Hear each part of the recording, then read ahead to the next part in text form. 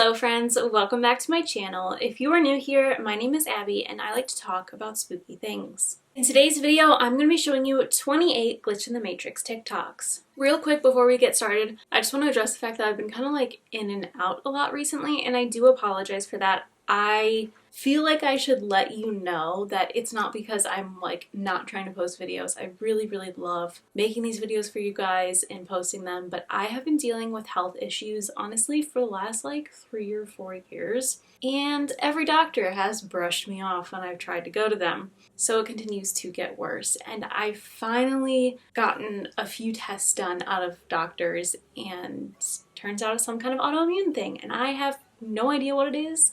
I don't have answers yet. I'm impatiently awaiting doctor's appointments that I have scheduled in March, April, and May from various specialties to figure out what this is. But yeah, this has been going on for years and it just continues to get worse, and I've been having a lot of like bad days recently where I don't even have the energy to sit in front of a camera and talk. So sometimes if you see me like either without makeup or my hair up or something like that, it's because I really wanted to get a video out and just physically couldn't, do my makeup or get my hair done for the video. I really wanted to get it out. Other times I just I don't even have the energy to sit down and film a video, which sucks.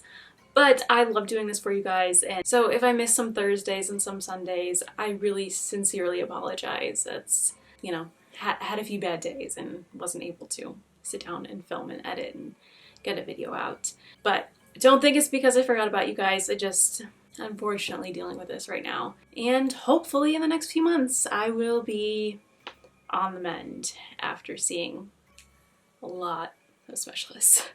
I know healthcare in America is not great, but after dealing with it firsthand, healthcare in America is not great. So I felt like you guys deserved an explanation. I don't want you to think that I'm forgetting about you at all. Definitely not. When I can't film, I feel so bad and I really wish I could, but yeah, some days I just really can't get off the couch. So I feel like you guys are kind of like my friends, a little second family on here. So I wanted to loop you in and again, let you know that I do not forget about you guys. I just dealing with some stuff right now. But I promise I try to be as consistent as I possibly can. I really do strive for every Thursday and every Sunday, but sometimes it just unfortunately doesn't end up happening. With that being said though, if you like this video, please be sure to give it a big thumbs up, click the subscribe button down below, and turn on post notifications so you never miss a video. I post Sundays and Thursdays at 2 p.m. Pacific Standard Time, 4 p.m. Central Time. And without further ado, let's get right on into this video.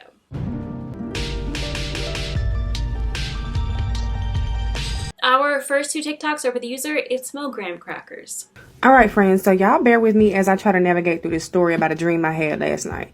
Now, I've already posted this video once, but it got taken down, so I'm going to choose my words wisely, and we're going to use pictures from reference instead of the person's or thing or entity's name. So this dream really creeped me out, and I will tell you this is an example of how this thing right here will try to get you in your sleep, okay? So I went to bed, not tripping, not watching nothing crazy, but while I was in this dream, it was in a home that I didn't recognize, but it was a place of like mixture of homes that I grew up in. And I was doing a podcast. I did a 2-minute segment and it didn't do that well. It got like 300 views. For some reason, a very popular and famous content creator ended up coming to my house, and it was normal in this dream. And they were like, oh my goodness, your content was so great. That 2-minute segment, although it only got 200-300 views, you got 4 million impressions and you're awesome. You're doing a great job. So I was excited and I said, this is finally my $1 million debit card coming, and I'm going to be able to create content full time. I'm going to be able to do this. I'm so excited. Wow. And this very famous content creator, I'm not going to say their name because it's not them. It wasn't them. It was this thing right here, right? Using that person to entice me. So they were like, I want you to be on my podcast permanently. You're going to make all this money. They bring all this equipment and it's nighttime. They're telling me this in my home, in my dream. I didn't find that strange. I was just like, wow, finally. But it's like I knew it was a dream, and I was just thinking about when I get up, I'm going to be rich, okay? So here's where the dream gets weird. He brings all this equipment back to my house and says, you're going to need this to do your podcast. You're going to be going to shows with me, doing shows. I can't wait to get you in this business. So again, I'm still happy and excited. Like finally somebody sees the talent and I'm about to be, really doing what I want to do, what I'm passionate about. And he says, let's go for a walk. Okay. So go for a walk, completely normal in the dream, right? We're in this neighborhood that gives you somewhat California vibes because it's like hilly, but at the same time, it's giving me like, Mexico vibes with like the lights and just a warm feeling, although it's wintertime. Keep that in mind. We walk up this hill, we get to this house. It's like an old orange brick house, right? And it's 2 stories. There are windows at the top. No windows in them, no glass panes, but windows. And then there's a woman that comes out, a young girl, and she is speaking a language I don't understand, but immediately I got a bad feeling. I was like, wait a minute. Are you trying to do something with this person to me? Or this entity to me? And she immediately said, I don't have anything to do with it. I just do the ceremony. And so I look at this famous content creator and I go, are you trying to sorry, I got choked up. I asked, are you trying to get me to agree to a contract with this person? And they immediately was like, yeah, but it's not what you think. Like, all you got to do is say, I agree. And I was like, I rebuke that. Okay, I rebuke that. No, I'm not going to agree. So then the content creator got upset. And they were like, look, when you wake up after you agree, you're going to be a millionaire. You're going to be a millionaire. You don't have to worry about money anymore. Don't worry about it. This entity is going to make sure. So I'm looking into this house. This house seems very inviting, very warm, a place somebody would want to be. But again, I keep feeling this really dark, heavy, evil energy. Like, I'm like, what is going on? So then the girl that's supposed to do the actual ceremony, she falls on the ground. I'm looking at the content creator and they're getting visibly upset with me saying, just agree. Just say that you agree. And I said, I do not agree. I do not agree. I do not agree. Never saw this thing at all, but I felt it. Okay. And then eventually I woke up. Now I say all this to say that even in your dreams, this thing right here will try to get you to agree to sell your soul, baby, but it belongs. Okay. Not to him, but to the one up there. Okay. And it's mine. Right. Anyway, friends, I really hope I ain't got y'all up in too much of a tizzy. Y'all let me know what y'all thought about that. I don't know. It could have just been a crazy dream, not mean anything at all. But I think it meant a lot. And I did not want to wake up with an agreement with them. I'm going to call y'all back later on. Okay. Bye. Friends, parallel universe story time, part 2. So this story comes from a user named Dodrift online on Reddit who was looking for people who experienced the same situation. So in the beginning of the story, this user explains how he met this girl early on in life that he fell in love with, and she was so impactful on his life. He loved her so much, but eventually they grew apart. About a year after he grew apart from this person, they broke up. He met another woman who he fell in love with, romanced. They ended up getting together, saving money to buy a house, getting married, and starting a life together. They have one child, and the wife ends up becoming a stay-at-home mom, and they go through some hard, rough patches, and they have another 2 kids. They go through some more hard, rough patches because they were growing apart. But as the kids got older, they started rekindling. They went to work. They lived their life. They were happy. So one day it was hot, sunny outside. They decided to grill out. They had the backyard going with the kids throwing toys around, having like a pool party, having a cookout. And all of a sudden, this user starts to feel tired. So he looks at his wife and he goes, babe, you got something I can take because I don't feel good. I feel lethargic. She's like, yeah, go in the room. Look at the room. I got something in the bed. Just go lay down. He says as he turns to walk away, he looks back at his family. He sees his 3 kids and his wife. They all look at him and the wife says, I love you. And he goes in the room to lay down. He immediately falls asleep. And when he falls asleep, he wakes up in a place that he used to live with his ex-girlfriend. And he's shocked looking around because she looks the same that she looked when he broke up with her. But he's been living this whole other life with his wife and kids. So he's panicking and she's telling him, calm down, babe. Like, what's going on? Calm down. Tell me what's wrong. And he's like, listen, I'm not supposed to be here with you. I have another family. I have a wife. I have kids. I have a house that I live in. I'm living a happy life. I don't understand how I'm here with you. And you look the same as you looked when we broke up years ago. She pretty much says like, wow, that's crazy. That was a crazy dream. So this user goes on to mourn the loss of his family, mourn the loss of his wife. He starts forgetting their names, and all he can remember are these blurred faces and her saying, I love you, but he can't even remember what her voice sounds like. He's lost his memories of jobs that he's had, meaningless conversations he's had with coworkers. He's losing all these things. He can't understand what's happening. So he stays in this relationship with this woman because what else is he going to do? He just continues to live life as normal until one day he's on Facebook and he sees this post about someone having a similar experience and seeing this lamp in the corner of the room over and over again. So he sends it to his now fiance and says, wow, isn't this crazy? You remember when I had that incident that happened to me a few years back in the old place? And she's like, what incident? He goes on to say, when I freaked out, when I woke up and I remember this whole life that I lived and, you know, it didn't make sense. And she's like, that never happened. So he goes on to say, yes, it did. I had a wife. I had 3 kids. I had a whole life. I mourned them. I had a career and everything. You don't remember me telling you this? You don't remember telling me to calm down? You don't remember me being upset? She's like, never happened. So now the user is confused and wondering, did he have a very in detail dream? Did he have a medical emergency where he just made all this up in his mind? How could none of this be something that anyone remembered except for him? So I ask you, friends, did he slip into an alternate dimension? Did he have a stroke, go into a coma, have something where he popped out of his body? Or in his other life with his wife and kids that he was happy with, did he possibly pass away when he went to sleep? And then his soul just popped into another plane, like another parallel universe where he was still with his ex-girlfriend. Child, I don't know, friends. It's in my mind. Anyway, I hope I ain't got y'all up too much of a tease. I'm going to call you back later on, okay, friends? Bye.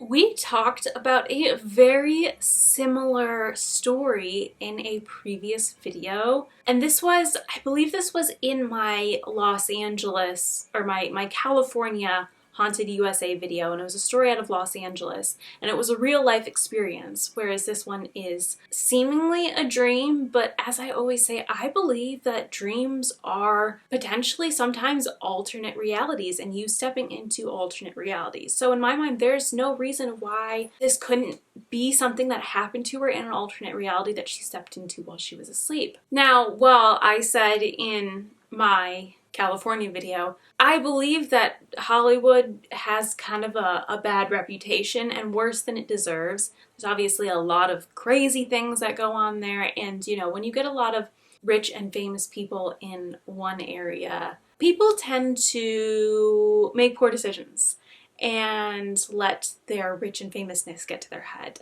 Don't get me wrong, like that is absolutely 100% true. However, from living there, it's definitely not as terrifying as everyone makes it out to be.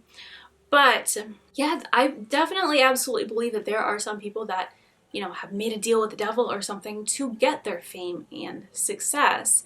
And it absolutely doesn't surprise me if, you know, some people are being offered these things and, fortunately in her case, turning it down.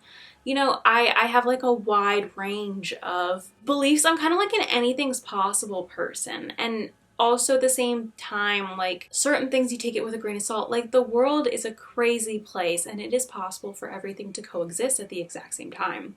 So I don't know, I would not doubt if this dream was really some kind of alternate reality that she was getting a peek into, and maybe it was like her getting a peek into it to warn herself that if this comes along, that not to be surprised and to do the right thing and turn it down. So that's just kind of my impression of the whole thing. Our next TikTok's by the user, chloeboullee.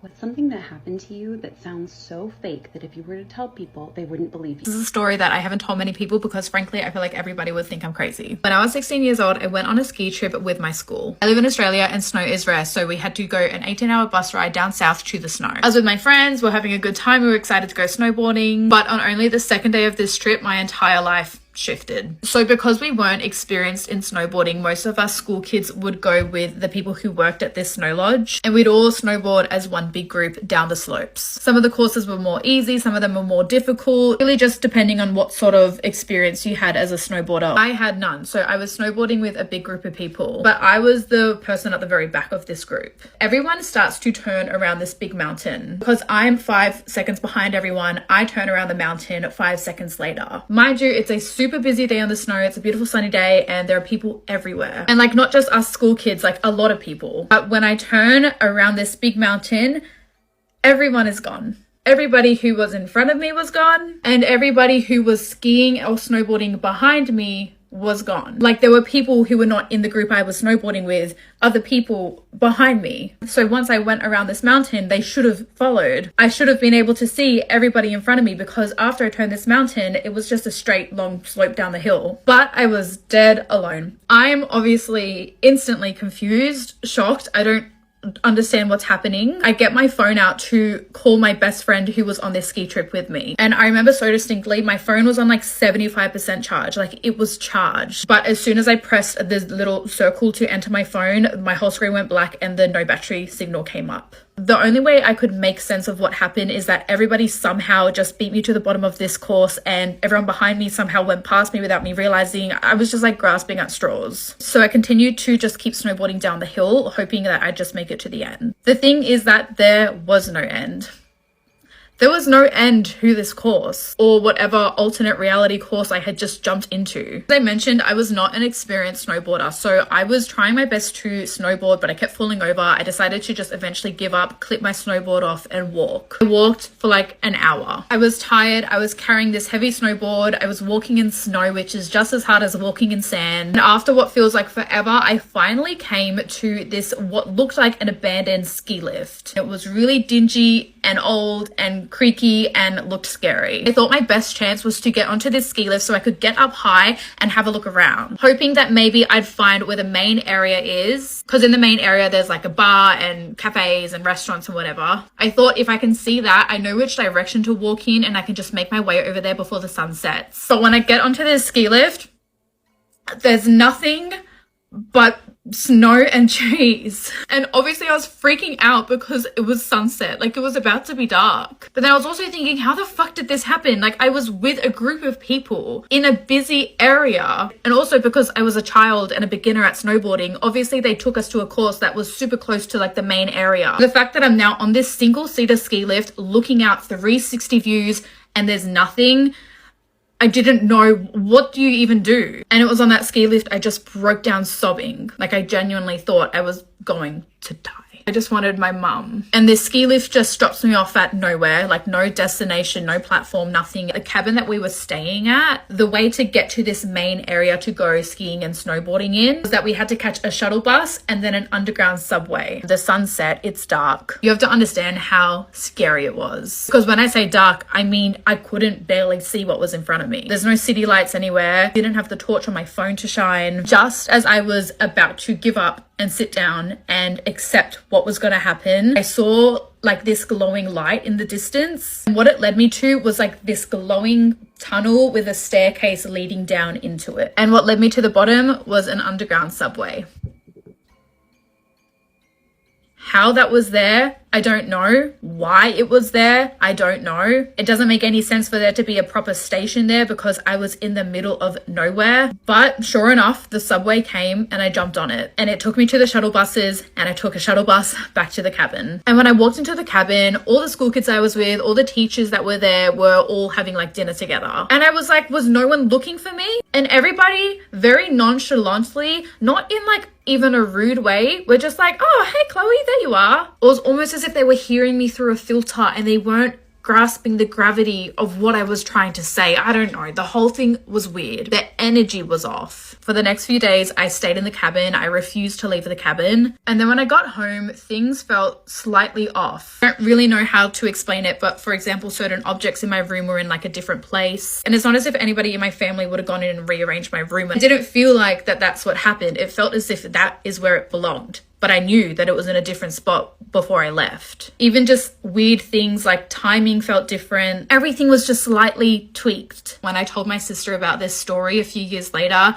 she said to me, there probably is a timeline out there where you did get lost in the snow and quantum jumped. And she said there's probably a timeline out there where our family is grieving you, which is so scary and sad to think. But that's my story, where if I told anybody, they probably wouldn't believe me. I can't imagine how scared she must have been, like just being out there all by herself and nowhere to go. Like I'd be freaking out thinking I am going to freeze to death or starve to death in the middle of this snowy thing. Also, like just wondering how you ended up in that situation to begin with. You're right behind all these people.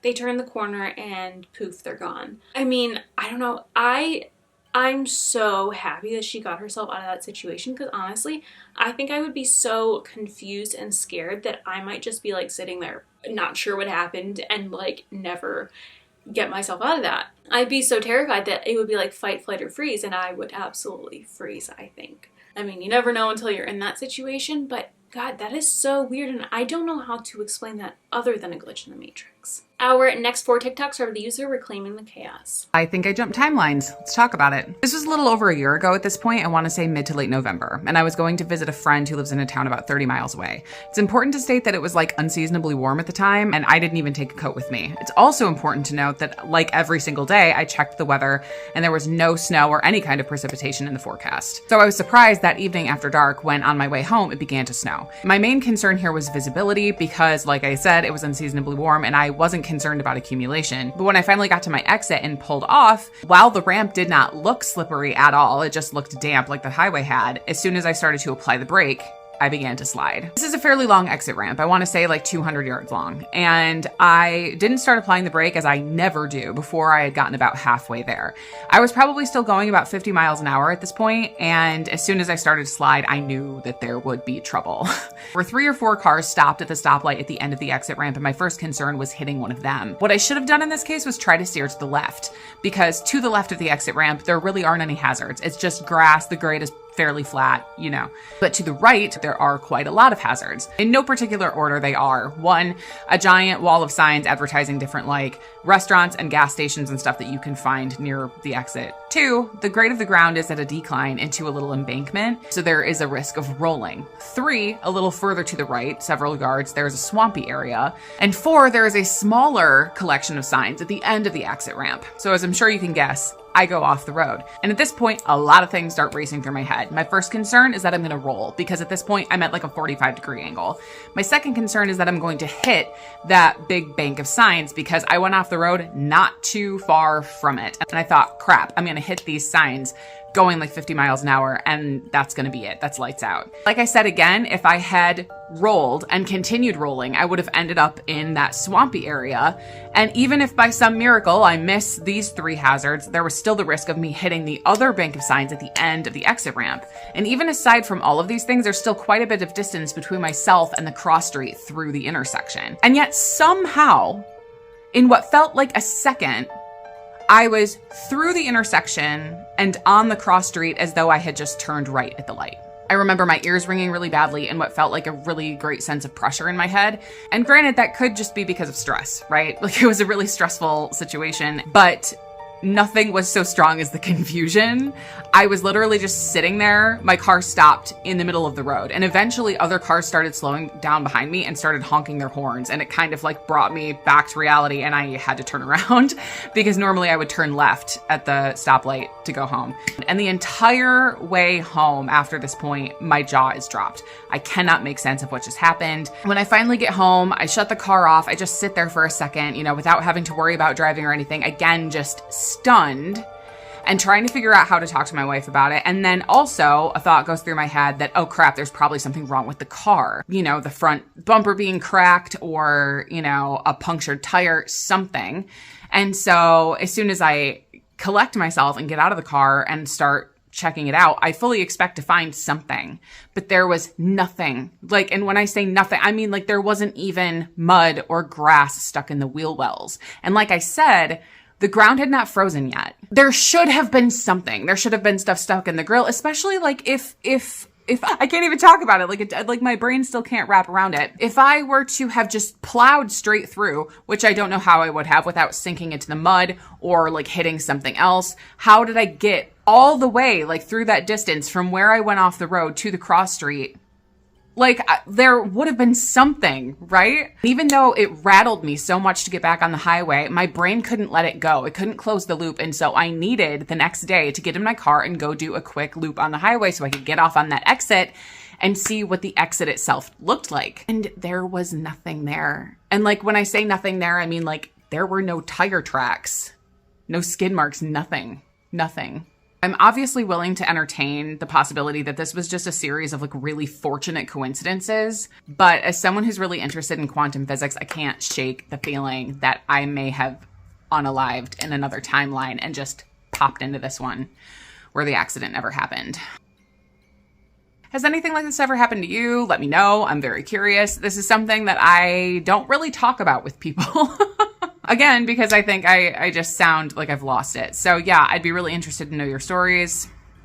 Let me know what you think. This is a great question, and one with multiple possible answers. So I don't believe that when anyone has jumped or jumps timelines that they're actually replacing an alternate version of themselves. I think that it's more likely that one of the following occurs. One possibility is that rather than jumping to an existing timeline, another timeline is created by an inciting incident, and it doesn't have to be anything super dramatic, like an accident, that kind of a thing. If you look at the many worlds theory, this can be something as simple as choosing to turn right over turning left. We know from experiments done at the particle accelerator at CERN that particles, when given an option to go one direction or the other, rather than choosing one, seem to split and do both simultaneously. So this implies that new timelines are being created all the time, really. So I think it's possible that rather than your consciousness jumping to an existing timeline, basically another timeline splinters off from that point, where virtually everything up to that point is the same,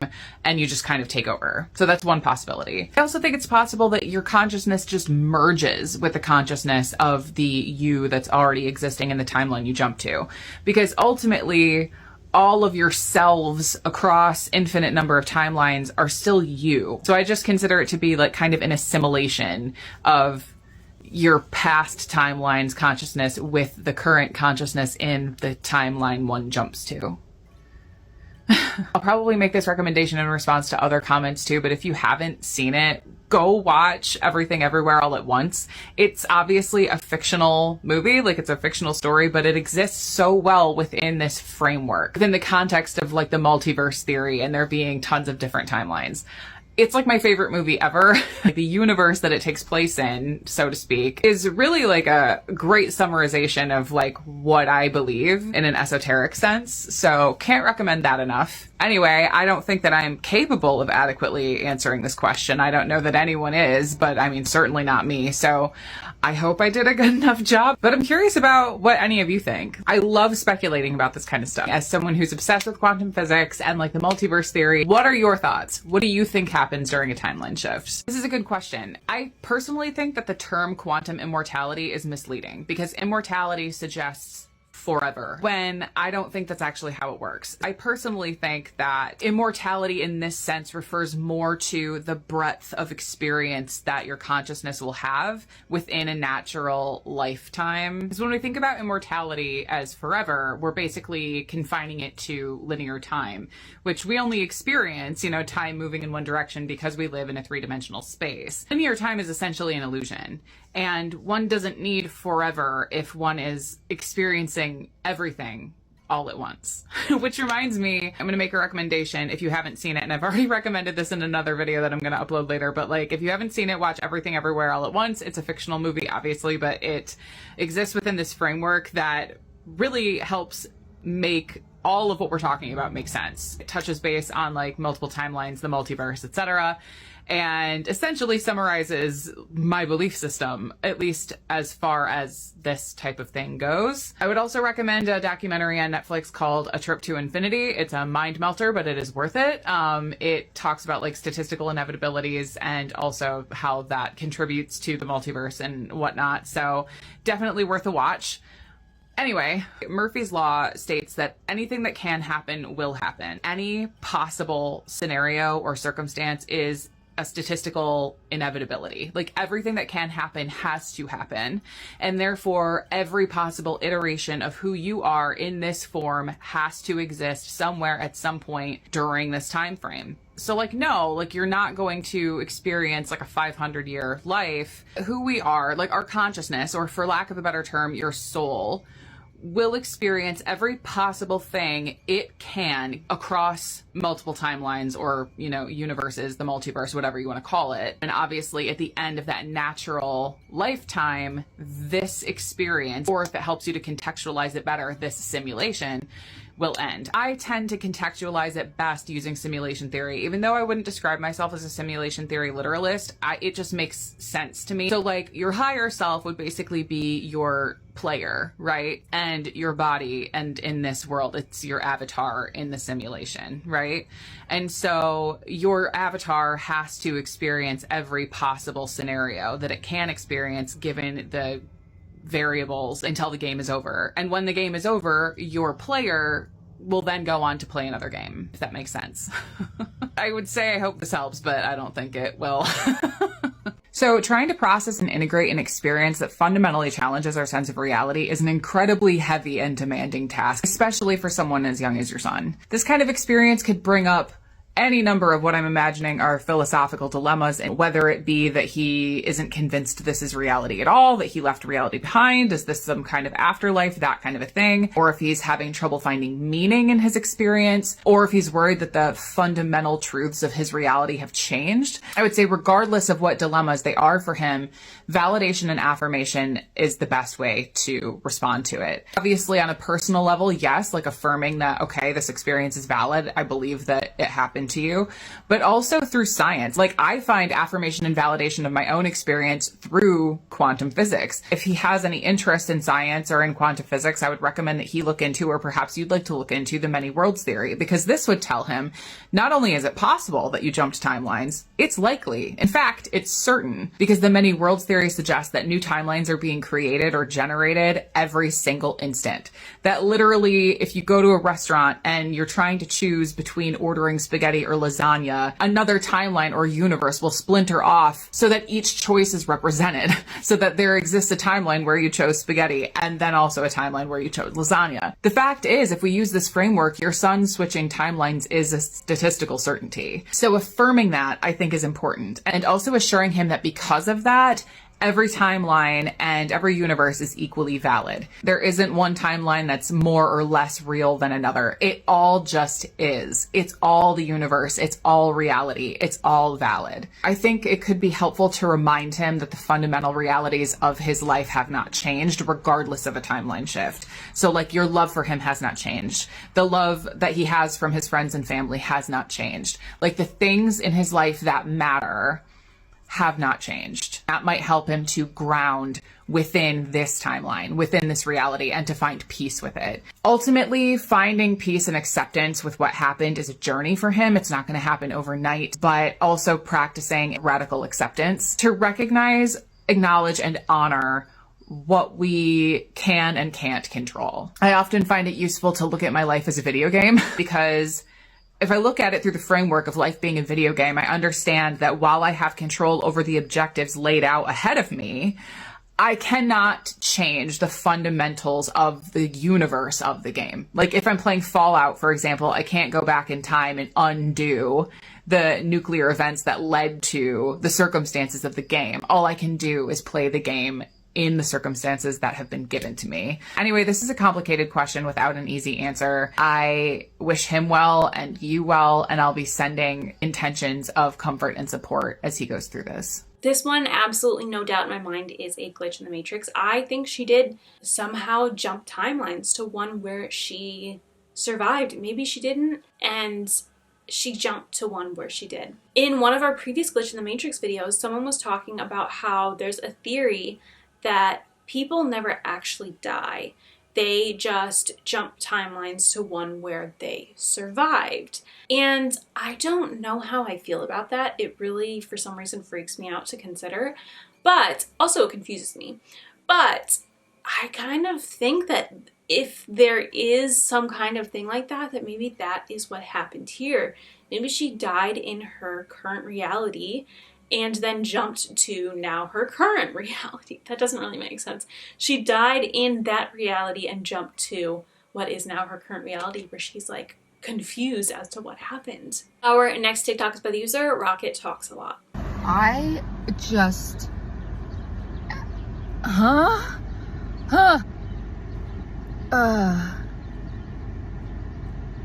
Okay, I definitely 100% just experienced a glitch. What the fuck? How is that possible? Okay, so I'm sitting here in my car. I'm half an hour early to work. I'm just sitting and looking through my phone, and I look out my window because there's a man passing by pretty close to my window. He doesn't see that I'm in my car. He's just passing by. He's wearing I know exactly what he was wearing because his outfit was so memorable to me. Okay, when I saw him, I noted that he had khaki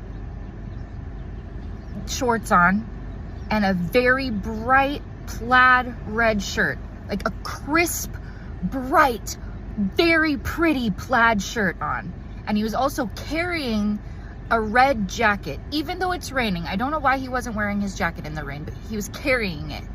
And so I fully noticed him, and I watched him walk from right past my window all the way down the street, away, out of sight, because he was so strikingly red and beautiful in this gloomy Seattle day. He had spiky gray hair. I know exactly what this man looked like and what he was wearing. Right? Oh my God. Right after I watched him walk all the way away, out of sight, like a block and a half, I looked back down at my phone, and when I looked up again, literally like maybe a minute and a half later, my heart is beating so fast. He passed by my car again. I know without a shadow of a doubt, it was the exact same person. And there's no possible way he could have gotten from a block and a half away to from where I watched him walk to back over here, passing by my car in the exact same manner. I had to take out my phone and tell this story before I was not flabbergasted by it anymore, because this is crazy. My hands are shaking. What the fuck? At the second time I saw him, I just went, huh? And he passed by my window, and I sat here silently just watching him do the exact same thing he had just done. Is he gonna come by again? Holy shit. I do not know how to explain that, and I promise that is exactly, I would not be telling this story if that didn't happen to me. What do you mean? Oh my God, the universe is so much weirder than I even thought, and I already thought it was weird. Holy fuck, how do you explain that? Huh? I'm just looking at my mirror and trying to see if he's gonna come back again. Lord have mercy on my soul. I will never be the same. The most basic explanation for this, I think, is that this guy is just like walking around, and either he's lost or just making random laps or something like that.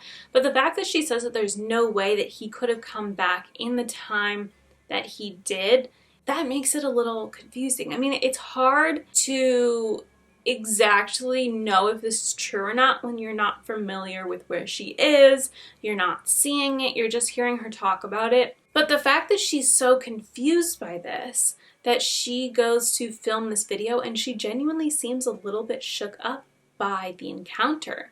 So it really does make me think that maybe there's something weird going on and this guy is kind of just like jumping around somehow.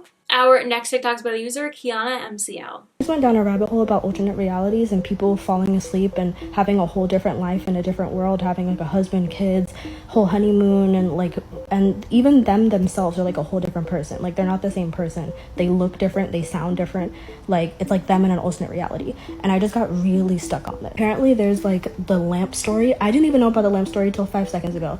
So this is a lamp story. In 2004, there was a man who was in college and he had a crush on this girl in his class, and so he kept on trying to pursue her and ask her out on dates, but she kept blowing him off and being like, no, I don't want to. But eventually she kind of is like, okay, you know what, you've been trying so hard, like let's go on a date. So they end up going on a date, they hit it off, and they end up start dating, and they graduate college, they get married, they buy their like dream white picket fence house, and they have kids.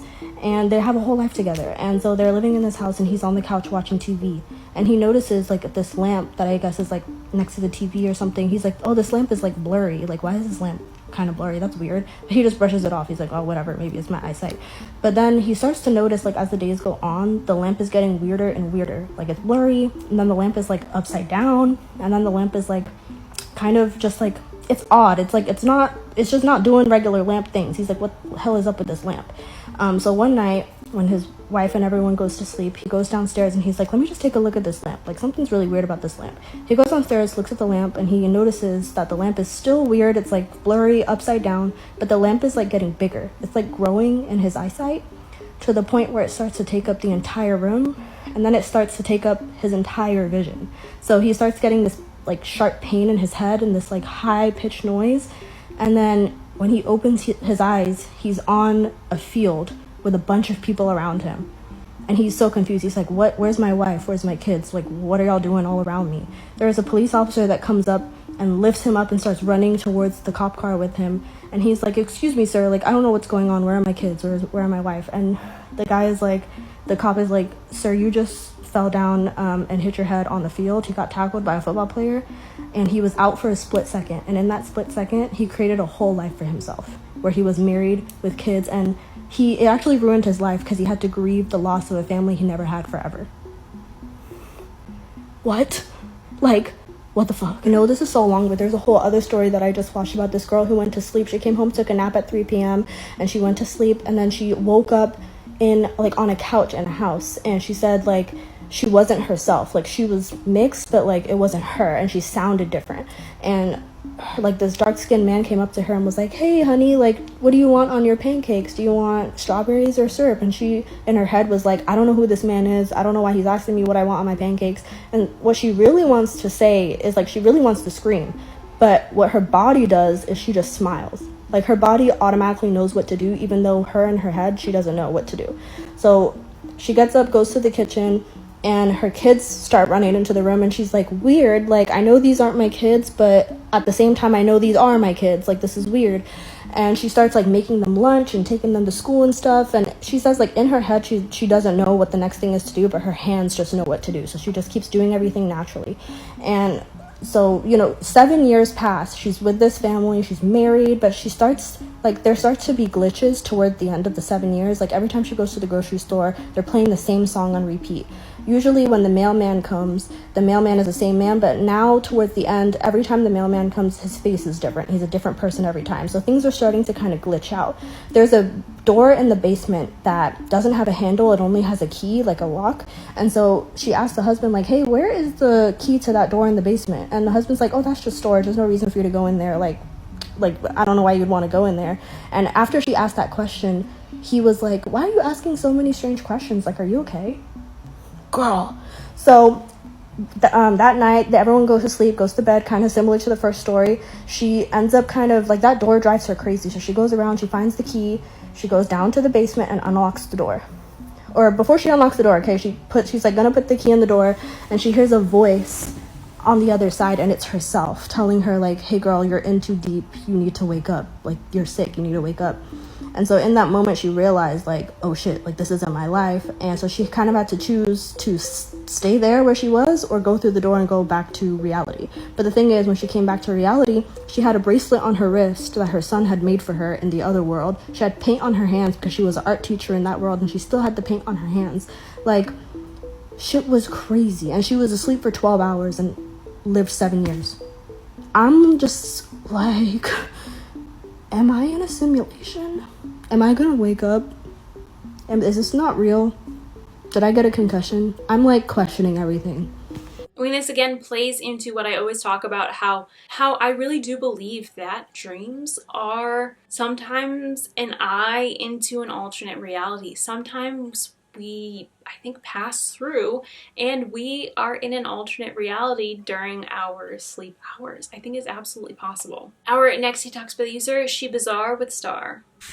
Okay, so if you don't believe in timeline shifts and basically an infinite amount of timelines within our own universe, just keep scrolling, because you're not going to want to hear what I'm going to have to say, and you're going to probably think I'm nuts, so just keep scrolling.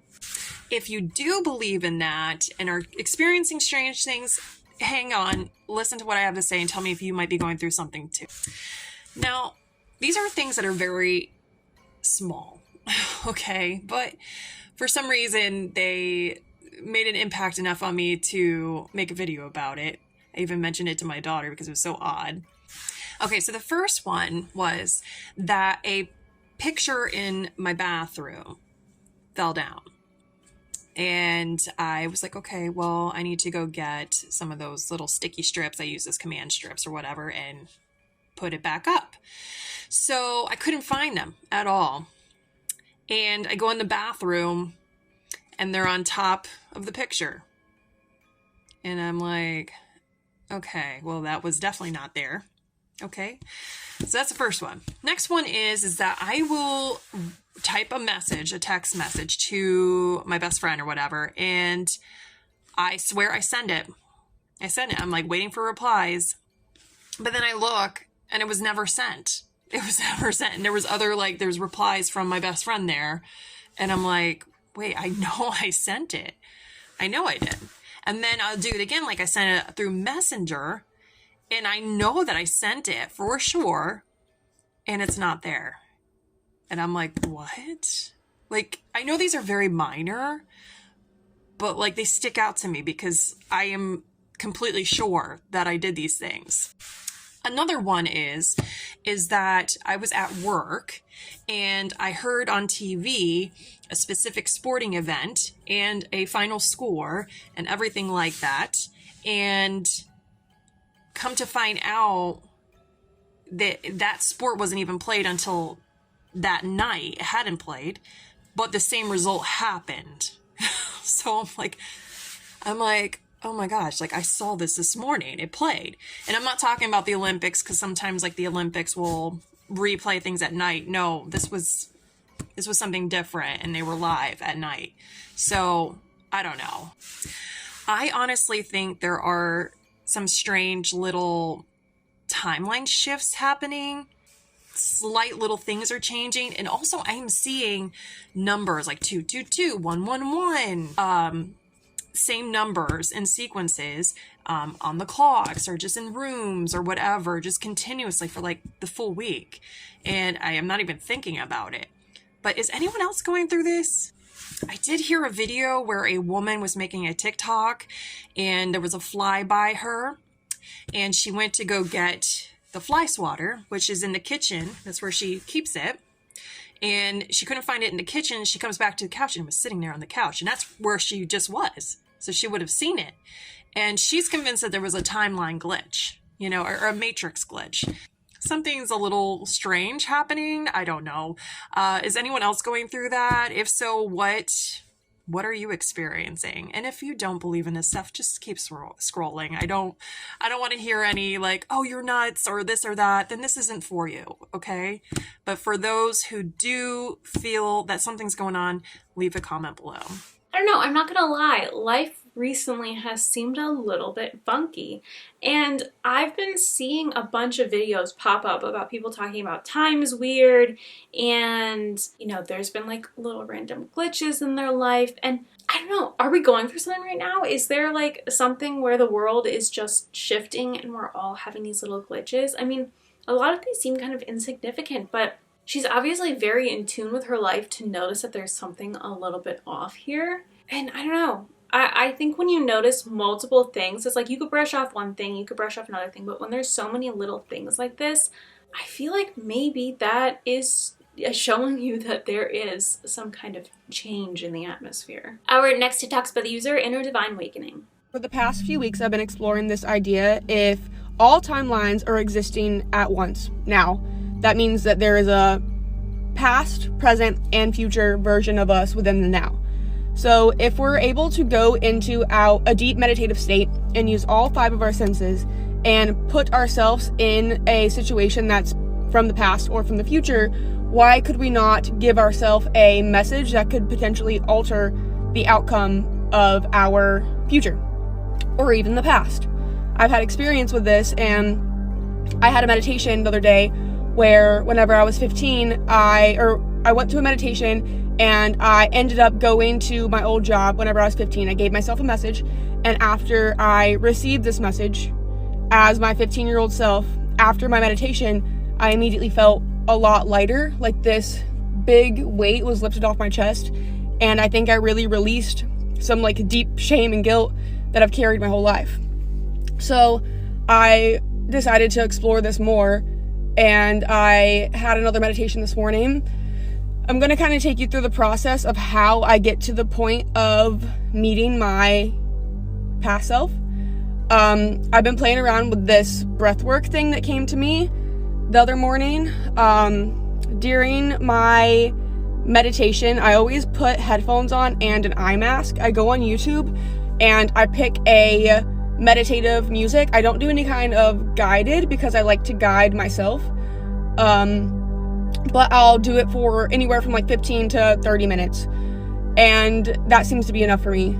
But I start with breathing in really deeply, like as deep as I can, holding my breath for 10 seconds at the top. And then before releasing it, I inhale one more time. So I'm like, and then I release it really deeply. I repeat this about 5 to 7 times. And at the end of each breath, I really imagine my body like melting into the surface that I'm lying on. I prefer to do my meditations lying down. I feel like I can't get really comfortable during seated, but yeah, I really imagine just melting so deep. And I always have this thought of like melted chocolate, like really just like flowing. I feel this like warm sensation. But after I go through my breath work, I then drop into my heart, meaning I shift my focus to my heart, and all of a sudden it feels like I'm breathing like out of my heart. It's really weird. And then I stop and I ask myself, can you feel your heartbeat? And I focus on feeling my heartbeat, and then I ask myself, can you slow it down? So then I'm really into it, really thinking about slowing down my heart rate. As soon as I get my heart rate low, my whole body turns really like warm and tingly. I start getting this like buzzing sensation through my body. And then after that, I kind of feel a separation from my mind and my body to where I kind of feel like I'm just floating in like darkness. After that, I really start visualizing a like glow, like a glowing light off in the distance, and I start activating all of my 5 senses. The one that comes to me most is usually smell. I start like just being conscious of like what it smells like, and normally it's a familiar smell. As I walk closer and closer to this glowing light, I realize that it is a mirror, and the light is behind the mirror, so it's like, you know, glowing, it's lighting up this mirror. Once I walk up to the mirror, I realize that it's me, but it's never like me as I am. It's always a different version of me, and usually it's from the past. I have had like a little bit of a glimpse of like future me, I think, but usually it's from the past. And this time it was a really low version of me. I was super skinny. I was in the midst of a hard like drug use bender, and I immediately knew like which version of me it was. And she like reached out and took my hand, and I walked through the mirror, which I've done this previously too. I always walk through the mirror, and as soon as I walk through the mirror, they take me to whatever part of me and version of me that I need to be. Does that make sense? So as I walked through this mirror, I was at this house that I used to live in, which was a dealer. I was 16, and once I got into the house, I was sitting on the couch, and I started asking myself, okay, what do you see? Scan the room. What do you feel? I touched the couch that I was sitting on. What do you smell? What do you taste? You know, I immediately realized the smell that I was smelling walking up to the mirror was the smell of this house, but at the time I didn't know it. What do you taste? I tasted like chemicals from probably my using. And then I just sat with myself. Like, we didn't speak for a little bit. And then all of a sudden I like got the message of like telling her that she knows she doesn't belong there, and to listen to her like gut, listen to that voice deep in her belly that is telling her that she's not meant for this, she's not supposed to be there. And it's really crazy because that exact moment, this obviously, like, me coming to me, I don't know if that was something that actually happened, but the spot that I went to the very next day was the day that I decided to move out and move to Florida, which is where I am now, and it saved my entire life. But it would be crazy if I don't remember it, but it was actually me that told me to leave. I don't know if any of this makes sense, but I felt like I needed to share this as well. So, you know, I don't know if this is necessarily a glitch. This one I was tagged in, but I thought it was really interesting because it kind of does still go along with jumping timelines, even if it's not a real true glitch in the Matrix. That, and I think, I mean, for me personally, I think meditating is incredibly healing. And God, I always tell myself, I'm like, I need to meditate more. I'll get in like a period where I meditate every morning for a while and I feel just like amazing mentally, and just like, I feel like the energy coming off of me is wonderful. And then something will happen and I get out of it and I'm like, God, I really miss meditating. I think meditating is so beneficial, and I think everyone could really use like just 5 minutes of meditation a day. It'll really improve your life over time. But these kinds of deep meditations where you are trying to take yourself into another timeline and speak to your past self, I think is something not a lot of people can do, and is a very, I guess, intricate and advanced kind of meditation, but also something that after hearing this, I'm really interested in trying out for myself. I like the idea of her being able to kind of jump timelines temporarily and intentionally to visit with her past self who is struggling and help get her out of a situation and help both heal her past self and her future self by having that interaction. I think it is a wonderful story. Our next TikTok's by the user, toni.nagy. You know how everyone talks about timeline shifting or jumping timelines? I have a story about jumping timelines that I think is going to be really relevant to you. All right, so I was teaching a dance class and I was like wearing these like cute pants that were not functional, but they were a vibe, but they were too long on the bottom. And so I tripped over my pants and fell. And then I was like, oh no, I should have not like gone for the aesthetic and been more practical about these pants, but whatever, the damage had been done. So my ankle was like fucked up and it was so swollen. It was like really big. And I was like, oh no, this is bad. So I kept dancing on it because I wanted to tell myself like I'm okay. But the longer I went, I was like, I cannot do this. Like, this is so bad. So I had to truly drive home with my left foot because it was my right foot that was fucked, which is like very complicated to drive with your left foot. And when I get home, I realized that the message behind my ankle was around the death of my best friend. And that even though she has died a long time ago, like I was still very much holding on to her ghost. I was like holding on too tightly to her ghost, and I was actually dampening her personal evolution as a ghost and my personal evolution as a human, because I kept like craving this relationship of a best friend. And because my best friend was dead, I was like in all these other toxic relationships with people, like wanting to fill the void, if that makes sense. And that part of the problem for me was this grasping onto her ghost. And if you're like, is she bullshitting me? Like, no, I was like, I really did feel this. And P.S., like her ghost did live in my house. And the reason why I know this is that A, other people felt her ghost, and B, my husband, he had stopped smoking weed recently because I like made him stop smoking weed. But the second, because he was doing it for a really long time, okay? He wasn't just like, ugh. He was like smoking weed every day for like decades. I was like, okay, bro, I think you've done it. So when he stopped smoking weed, the ghost started really haunting him and like plaguing him, and they wouldn't let him sleep because he was just like too susceptible to the ghosts of our house. And like, he was upset, you know, because like he was like, why is this happening? And I was like, it's happening because you're a witch. And he's like, I don't want to be a witch. I just want to be a guy who watches football. You know, like he was actively upset. that he was so susceptible to spirits.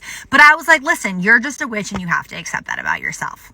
All right. So long story long, I was having my healer come to like talk to the ghosts of the house because they had to like leave my husband alone because he could not sleep. And you know, a man when he's like bitchy and can't sleep. All right. And yeah, you could be like, he couldn't sleep because of the weed.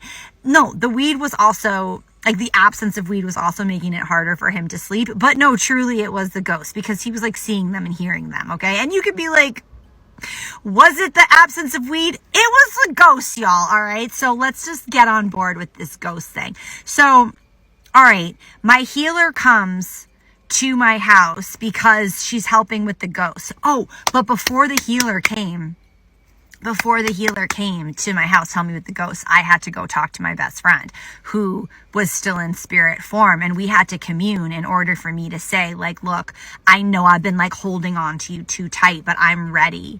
I'm ready to like let you evolve to the next level of your spiritual journey because I'm holding you to the planet Earth too tight, right? Like that's what I felt. I had to like let her know that I'm okay. So I go into the space where I know she's in and I like do this whole meditation with my ankle and her. Like the pain in my ankle was the like microphone to speak to her because I was like in such a state of disarray.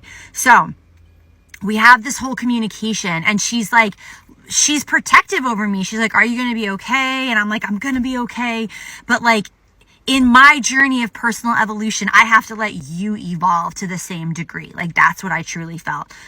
So like I'm crying and I'm like talking to her inside my head, like a telepathic communication. And it felt very real. Like I wasn't just like I felt very profound and deep. So I'm having this conversation with her and I'm like about to say goodbye. And like right as I like say goodbye, I felt her like zoop in my heart. Like she like moved from the space around me into my heart, like inside my heart. And I was like, yo, dude, you're like in my heart. And she was like, I know. Like we were both like surprised. And then she said, because in your heart, that's where me is we. And I was like, fuck, that's so deep. So it's not like she left me. She just like, she moved into my heart because that's where like the deeper connection is. It's not in this like head space. It's in the heart space. So then I'm like crying and I'm like, oh my gosh, I had this whole thing. So the next day is the day my healer came to like, cause there were other ghosts, by the way, in my house besides my best friend. So the healer comes and, she like goes and she deals with the ghost. And then she looks at my ankle and she's like, your ankle's broken. And I was like, no, it's not. And she's like, my guides are telling me your ankle's broken. And listen, I trust this woman like to like at 100 degrees. Like she's helped me with so many body problems. I've never told her, no, you're wrong before. But I could see myself in the timeline, like going to get an x-ray to see if my ankle was broken and then it was going to be broken. And I was like, no, I'm like not getting on that timeline of this broken ankle. I was like, it's not broken. And then she just kind of was like quiet for a second. And then she said, your ankle's going to be better in 2 weeks. And I was like, okay. Then later that day, this other healer guy came. This like, and it just happened to happen. This healer guy came and he was like, oh, I'll check out your ankle. I mean, this sounds like banana pants, like just healer guys are coming to my house, but there's a lot, I won't get into that part. I won't yap into why he was at the house, but he comes to the house and he's like, oh, I'll put my hands on your ankle. He puts his hands on my ankle and he's like, your ankle is sprained. It's going to be sprained for 6 weeks. And I was like, no. And he was like, I really think your ankle is sprained and it's going to take 6 weeks to heal. And I was like, no. And then he looks off into the distance and then he says, your ankle's going to be better in 2 weeks. And I was like, okay, sick. So like, I felt like in both of those instances, I shifted timelines to the timeline where my ankle was not broken. My ankle was not sprained. My ankle was going to get better in 2 weeks. And it did. It did. I was dancing again in 2 weeks. And this is not medical advice, obviously. Because you know me by now and you're like, I don't know if I'm taking medical advice from this girl. But listen to me. I could just feel in my bones that like I did not have to have the lesson, like the psychic lesson for my ankle to be injured for that long. I believe the injury was around me moving forward and stepping forward around this relationship with my best friend, and my desire and my desperation, because I was like still in such a drastic state of mourning and sadness, that I had to let go of that in order to walk forward, and that the ceremony I did, and that the desire for her evolution, her spiritual evolution along with my spiritual evolution, meant that I did not have to be in the timeline where my ankle was broken and sprained for, 6 to 8 weeks or whatever. So that's what I call a timeline shift. Okay. Has that ever happened to you? Tell me if this was a helpful story. And I know I did like yap for quite some time. If you did make it to the end of this video, goddess bless you. But like, I think I just did a major service to you and your attention span. So you're welcome. This one's really particularly interesting. I mean, there's a lot going on here, and it's very interesting how she seems to be so in tune with the fact that it is her friend who is haunting her house and kind of around her, and that she's the one keeping her there. I definitely think this is on the very high end of like the woo-woo scale, but I think it is interesting and is kind of good to analyze. I mean, whether or not it was specifically the spirit of her friend or something more internal that she was dealing with, that she is dealing with these kind of glitches and she's just not in tune with her current reality because of the trauma of losing her best friend. It seems like she was able to heal from that in the end. And whether or not, again, it was her best friend kind of leading her to this healing, or her figuring out herself with these spiritual people coming into her house, I think this again is like, it kind of teeters on the edge of paranormal and glitch in the matrix. And it seems like there is some definite like kind of timeline jumping here, but also again, there is that spiritual paranormal aspect to it. I think it's really interesting. Again, very high on the woo-woo scale. So I know there's a lot of people that are probably gonna like not fully believe this story. I think it is interesting whether or not it is 100% accurate, and maybe if nothing else gives a good lesson on working on your own healing. Our next two TikToks are with the user ashleeinc. This is a crazy glitch in the matrix doppelganger story time. When I read this email, my mind sort of went to the Reddit lamp story in which the guy looks at the light and it looks a little weird, and then he wakes up and he's in a different life. It's not the exact same, but that's just what I thought of when I read this email. So this came from someone named Colin, and he says that he grew up in southern Wisconsin, not a small town by any means. He grew up going to the same grade school and high school with like all the same people. So kind of a small town feel, even though it's not really a small town. But after college, he moves away. He ends up moving to the East Coast for a few years, but then moves back to southern Wisconsin because his mom got sick. His dad was sadly no longer around. He had no siblings, so it was pretty much just him and his mom. And Colin hadn't really stayed in touch with anybody that he had gone to like grade school or high school with. I mean, maybe some on social media, but like nobody that he was really close with. So when he moves back to this town, he doesn't really have a whole lot to do, and it's really just him hanging out at the house, reading a lot, and he was working remote, so the transition was relatively easy. He was single. Real ties to the East Coast where he was living, but that's where he's just been for the last couple years. And after he moves back, this one night his mom tells him that she really wants pot roast, but she doesn't have the energy to cook, and he's like, I'll make you a pot roast. So he goes to the local grocery store. And while he's at the grocery store, he runs into this guy we'll call Adam, who he had gone to grade school with. And he kind of remembered Adam, but they weren't like ever really friends. But Adam recognizes him. He comes up to him in the grocery store and he's like, oh my gosh, I haven't seen you in so long. How have you been? And they start talking, and they're talking about school and people that they knew. Adam's like, do you remember all those weird experiments we had to do? Because apparently the two of them and some other kids that they went to school with were in the GATE program, which I've talked about a lot before, but the GATE program was called GATE because it was the Gifted and Talented Education Program. Apparently it was a government-funded program that was around primarily in like the 80s and 90s. I was in that program, but mine was in Illinois. But regardless, basically in this GATE program, kids had to do a bunch of weird experiments, and nobody really knows what those experiments were for. People remember having to drink a strange pink drink, which may have been a fluoride drink. I don't remember that. People also remember having to do sound exercises in which they would wear headphones and have to identify where beeping was coming from. Not hearing tests, something else entirely. I also remember learning Morse code and having to memorize pictures and predict what would be on the next page before it was shown to them.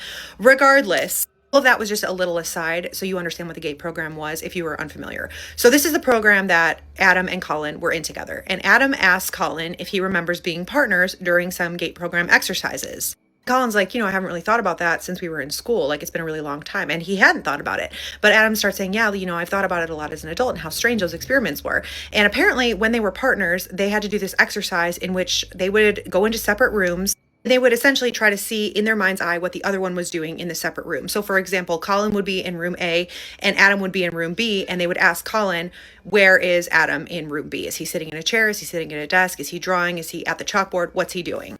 They would switch roles, but this experiment was repeated over and over the course of a year. And apparently Adam and Colin were always partners. And so Adam's telling him about it, and it's bringing back all these memories for Colin. And he's like, yeah, I guess that was really weird. Like, what do you think they were doing?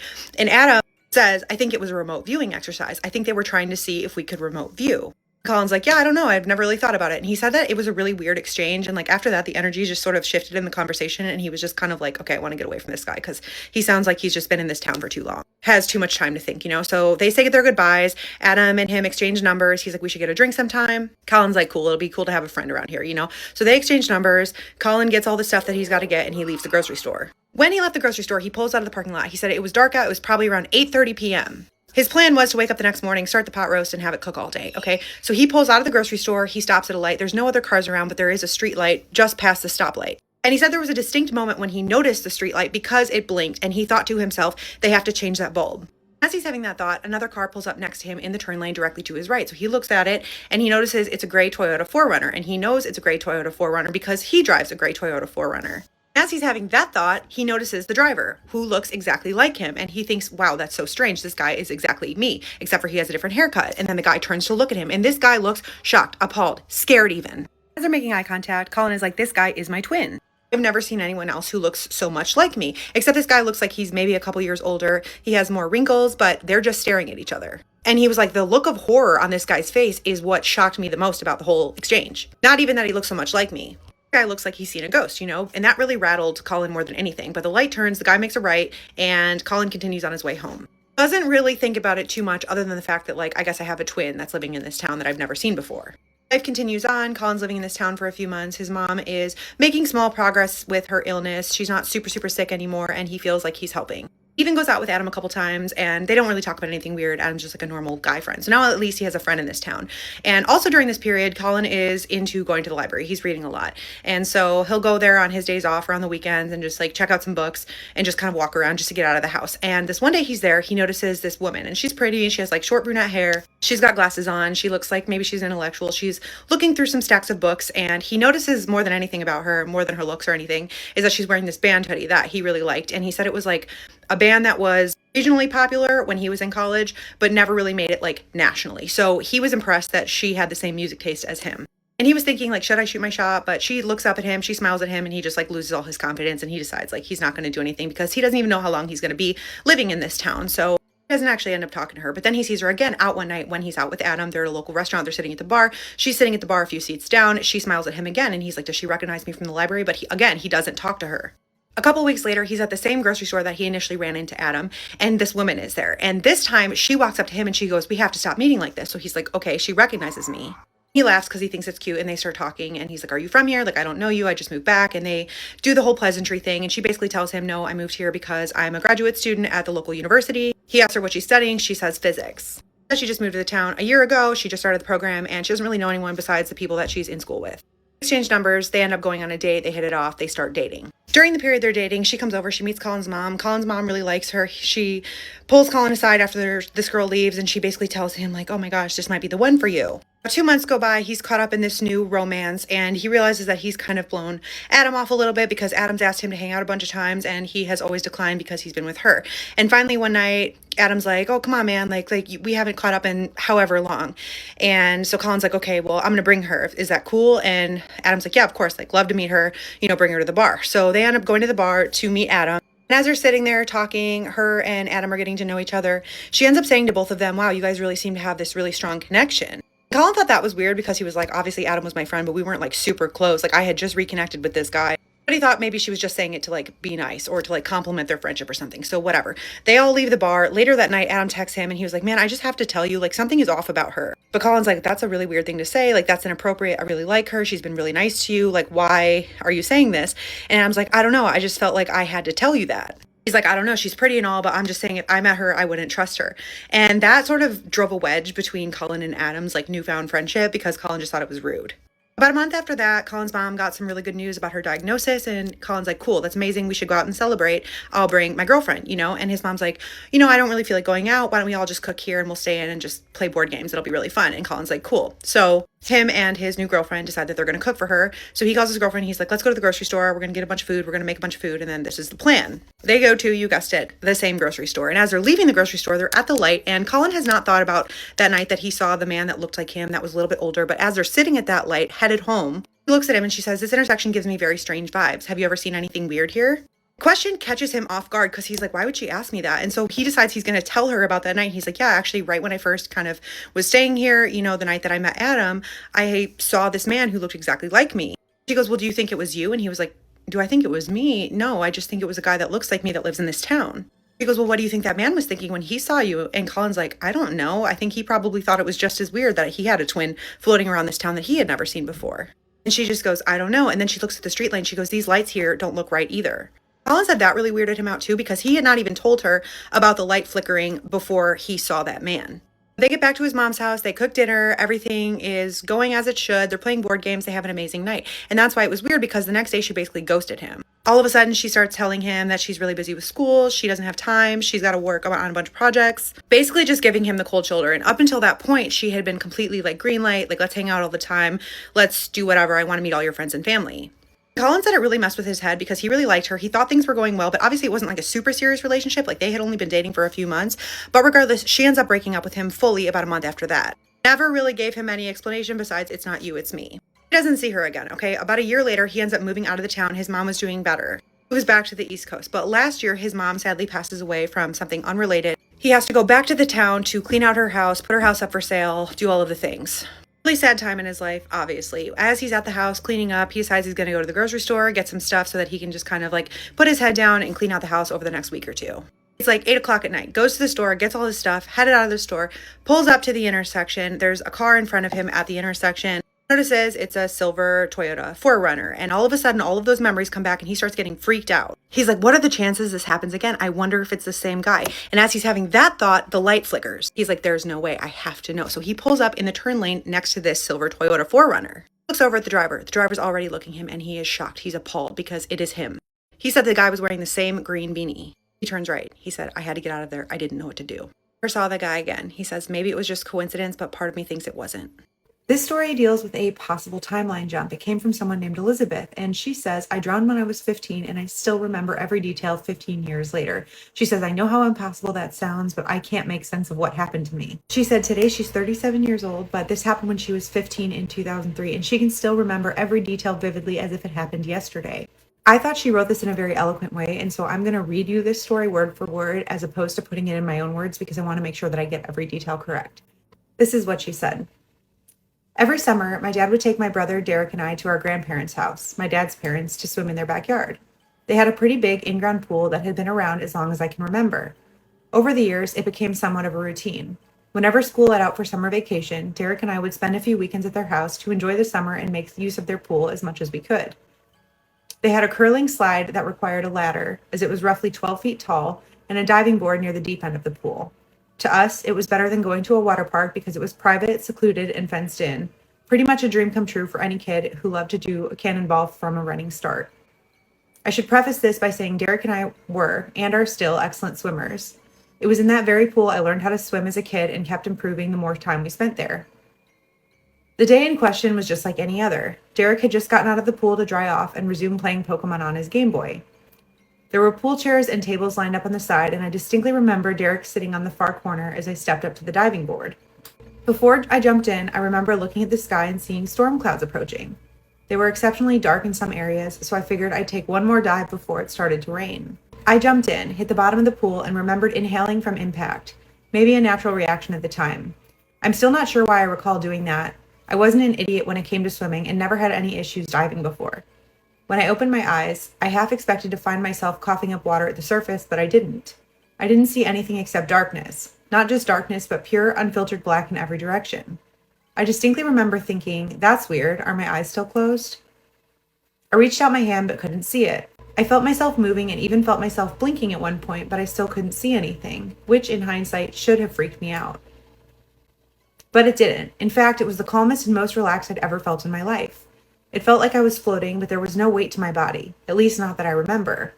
I could still feel the sensation of my arms and legs, but I didn't feel anything beneath me, and I accepted it without any fear or worry.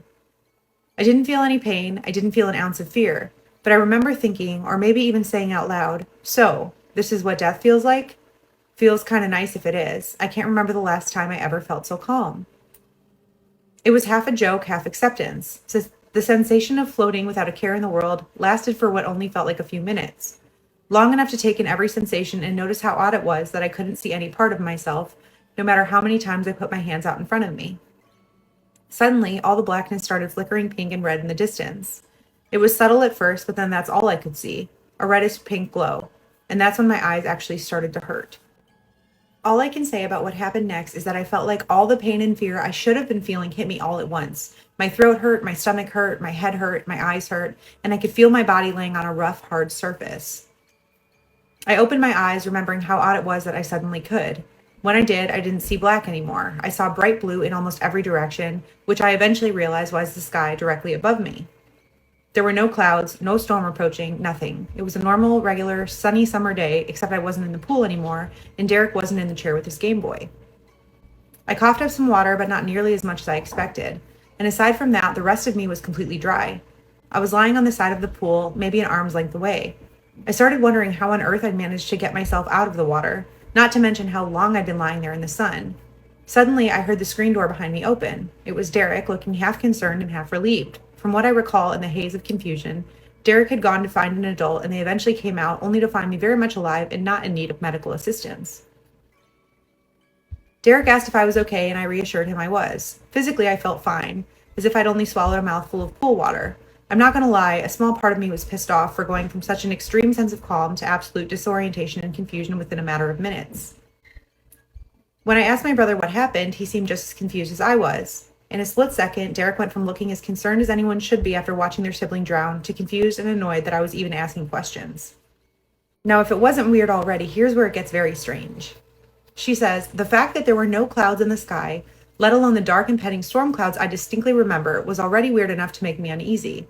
I don't know how else to explain it, but it almost felt like I wasn't supposed to be there. It felt off, but only in subtle ways at first. It was only after I realized the time on the clock was different from the last time I saw it that I started to feel extremely uneasy. I remember taking the final dive in the late afternoon around 4 or 5 p.m. However, now the clock showed just past 11:30 a.m.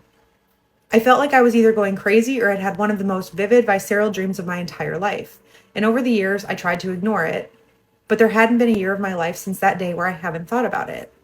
It was impossible to explain that phenomenon without sounding insane, that is, until I heard one of your stories about a girl who went on a trip and suddenly remembered everyone around her disappearing.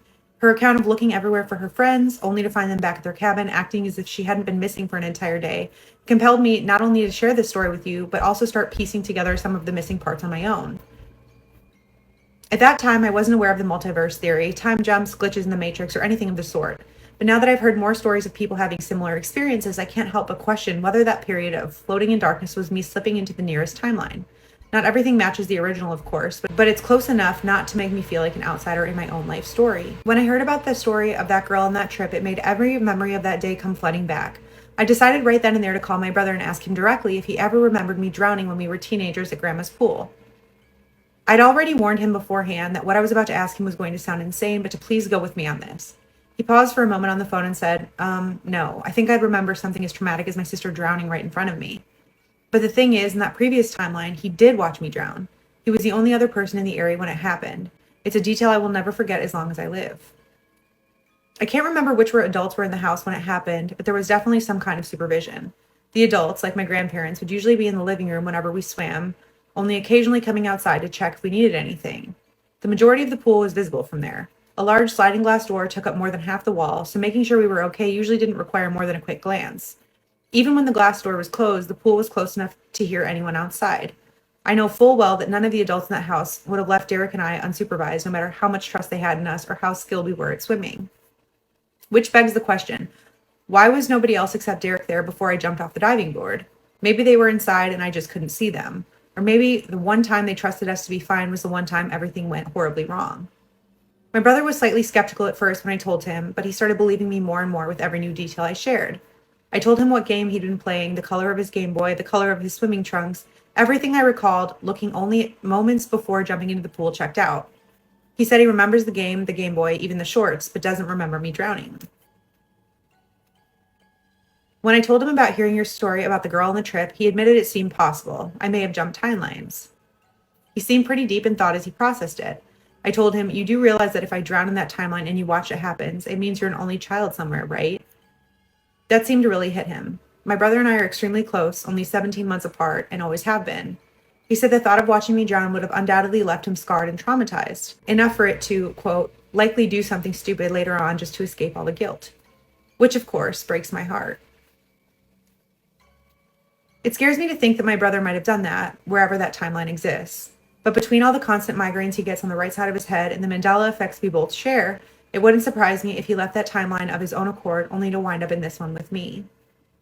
It's a reach, of course, but it was an interesting theory to discuss as we dove headfirst into this crazy rabbit hole of uncertainty. She ended her email by saying, I apologize if this was long-winded, and I'm aware that this might sound completely insane, but maybe, much like how the story of the girl on the trip helped me put the story into words, this will help someone else who's experienced something similar. Thanks for reading. I'll be honest, I'm not sure what to make of this story, but I do find it totally interesting. So Elizabeth, thank you so much for sharing this. I hope there's someone out there who can shed some light or a similar experience.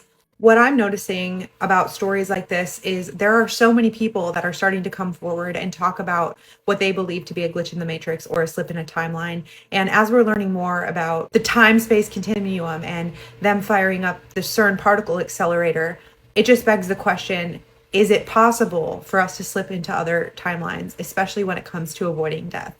Now, these are obviously both submitted stories to her, but I think that they are both so fascinating. My jaw was like on the floor for both of them, so I really wanted to include them. The first story, I really feel like maybe there was something going on there where he was supposed to kind of discover, like I really do think that maybe that was him. I really think it's another version of him that he was meant to see, and somehow they're both on the same timeline, or they're like having these glitches where they see each other, and maybe it was supposed to send him a message. I really feel like there was more that could have been done. I don't know. I feel like it seems like there was something he was supposed to really learn or figure out from those interactions, and it doesn't seem like he quite got there. But the second story, I mean, how crazy must it be to actively know you're drowning and dying, and then all of a sudden you're alive again? It's very similar to the story with the car crash earlier, where it's like you know that this is it, and then all of a sudden you have no idea how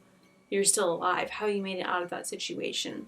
This like particularly hits hard for me because while I can swim, taken many years of swimming lessons, I'd say I'm a relatively strong swimmer. I could get myself out of a pickle. I'm still terrified of drowning. Aside from like fires, drowning is my biggest fear. I don't know, just her talking about inhaling the water and then just everything black, and it really, really terrified me. But to know that she then all of a sudden is like on the side of the pool and just coughing up water and she's fine, I can't explain that other than a glitch in the matrix. Our next talk about the user, cleverfawx. Have you ever heard of a time slip? So if you haven't, time slips are one of the coolest supernatural phenomenon that I've ever heard of. And if you're unfamiliar with them, a time slip is basically a glitch in the matrix. In super simple terms, it's something that happens when the space-time continuum that we know of as a linear line collapses on itself and then shifts of time happen. Now, as I started doing more research on time slips, I realized that there are a number of different ones. The first are more subtle ones. You probably wouldn't realize it. You might have even experienced one yourself. And this would occur when an insane amount of time seems to pass slower or faster than you probably realized. For instance, let's say you drive to work every day, and on average, it takes you about an hour to get from your house to work. But on one particular day, you drive the same route that you always do. There's no traffic because you leave pretty early every day, but for some reason you get to work in about 20 minutes. Now to you, this is a really strange thing and you cannot explain the difference in time. You didn't do anything different with your day, but you don't think enough about it to really pay attention to it. Maybe you were speeding on this day. Maybe there was just something different about it. You didn't recognize it. In reality, what might have happened is you might have experienced a time slip and just not realized it. The reverse can also occur, and those are the ones that tend to be a bit more alarming. For instance, let's say you do that same drive to work, and every day it takes you an hour to get from your home to work, same as the previous situation. But on this day, your work start time is 6 a.m. And even though you left your house at around 4:30 for your 5:30 arrival time, so you have 30 minutes to spare, get ready to go to work, grab your coffee, etc. By the time you show up for work that morning, the parking lot is full. You can't find a space. When you walk inside, your boss is alarmed because you're super late. It's 8 a.m. You were supposed to be at work 2 hours ago. And based on the time you left your house at 4:30 that morning, you should have been there at 5:30 a.m. And yet you have 2.5 hours missing. Nothing that can be accounted for, because as far as you were concerned, you left your house at 4:30 and you arrived at work at 5:30. Hell, even the clock in your car says that. But somehow there is an insane amount of time missing and you can't account for it. Now, for a lot of people, this is very alarming, and unlike the previous situation where it appears that they save time, this one is a major cause for concern because you've lost so much time. In fact, you're so late and it's so unusual that your boss started to get worried. But yet, you can't explain it to him because as far as you're concerned, you did what you always do. You drove the route you always drove. Yet today, you're 2.5 hours later than you normally are, with no explanation. Now, like I mentioned, that's one type of time skip. There are actually other types as well, and these to me are the more fascinating of them. These are the ones where time bends so greatly on itself that you're able to go to other times completely. Now, much like the previous situations, there are no explanations for why this happens, but for the situations that I'm going to tell you about, the ones in which people experience different time zones completely, many people report being in historically rich areas. Some people experience them at places like Stonehenge. The UK happens to be the biggest provider of stories that I've read, but they also happen all over the world. So one of the examples that I read about involved a woman in the UK. She was going shopping, we'll say it was like the 2000s or something. She was heading down this road. Now, this is a road that she had traveled on like every day, and I think she was with her family, but I might be mixing up stories. Anyways, the point of this story is that as this woman was driving down the road, she noticed that the buildings looked a bit different. They had different facades on them that she didn't recognize. But as she started to focus a bit more, she also noticed that the cars were different as well.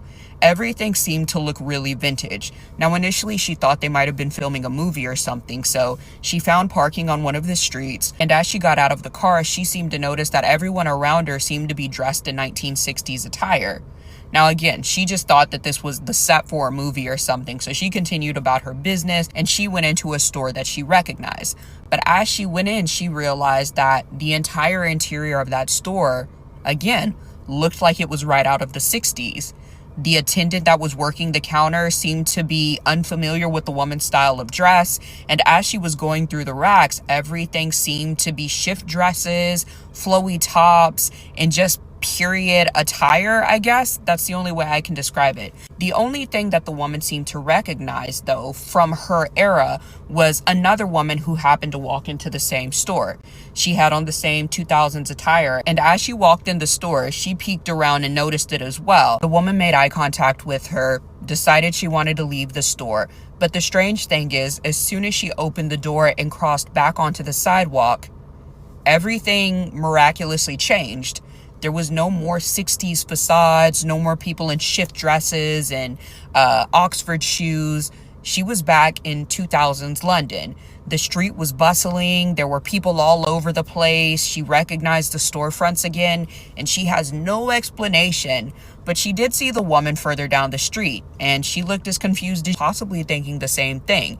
Now, I don't think the two ever connected, but it is one of the cooler stories that I have. Now, the second one also takes place in the UK as well. As the home of a former Roman city, the UK is home to a lot of ancient sites, but there was one situation where a woman and her husband had gone to a museum. And this museum was an open-air museum. Basically, they were walking through old Roman ruins. As they went through a portion of the museum, though, they felt like they had walked onto the set from Gladiator or something.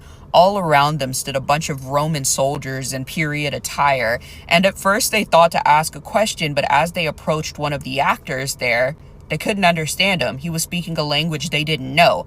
In fact, it started to escalate and he got hostile. So the woman and her husband quickly left the area, and as they got outside of that exhibit with all of these Roman actors, they mentioned something to the guard about how hostile the people indoors had been being towards them. And once they got outside of the exhibit with all of the Roman actors, they decided to bring it up to one of the museum guides or something. I don't know what they were. But they mentioned how the actors inside were being terribly hostile and speaking another language, to which the guide looks at him and says, "What actors?" There were no actors there on site, and the woman and man have no explanation for what happened. But again, that could be an example of a time slip because there was nobody in there. But again, this was home to Roman ruins. Anyways, drop your thoughts in the comments. Let me know if you've experienced any time slips, and I will see you in my next video. Now, this definitely could be paranormal. I think like a lot of people might be like, oh, well, maybe it was the ghosts of the people who used to be there.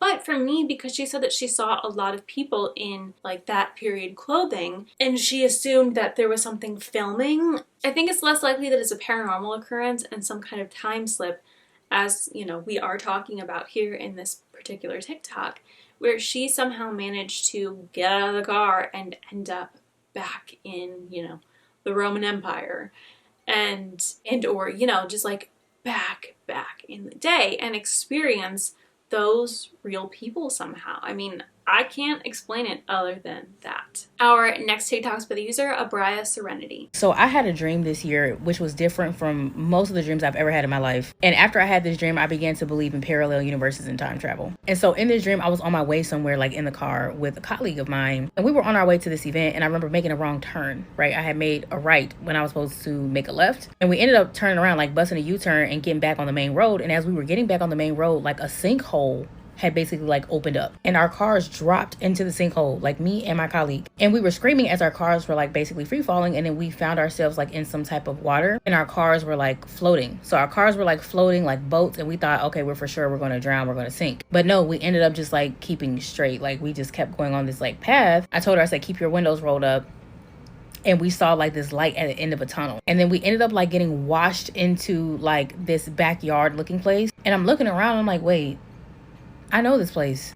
This is my dad's backyard. At the same time, it wasn't my dad's backyard. Like, it was my dad's backyard, but it wasn't. And so it looked really different. It didn't look how it looks here. And so me and my colleague were confused, like, what the heck is going on? Our phones were not working. The time and date wasn't on our phones. Like, any pictures that I have of this life were not in my phone. I couldn't pull up anything. There was no cell reception, no nothing. Also, any cash that we had in this universe, I did not have access to there. So I was broke with no phone and a car in a place that I knew but also did not know. And so eventually our cars were in a place where we weren't supposed to be. So of course the people came and they towed our cars. And we asked them like, hey, can we like drive with y'all, ride with y'all to the tow place because we need to get out of here. We at the tow place and I'm talking to the guy and I asked him, I said, what's today's date? He tells me the date and I said, okay, what year is it? This man looks at me and says 2035. Me and my colleague like, what? He's like, yes, 2035. And we're like, okay, well, who's president?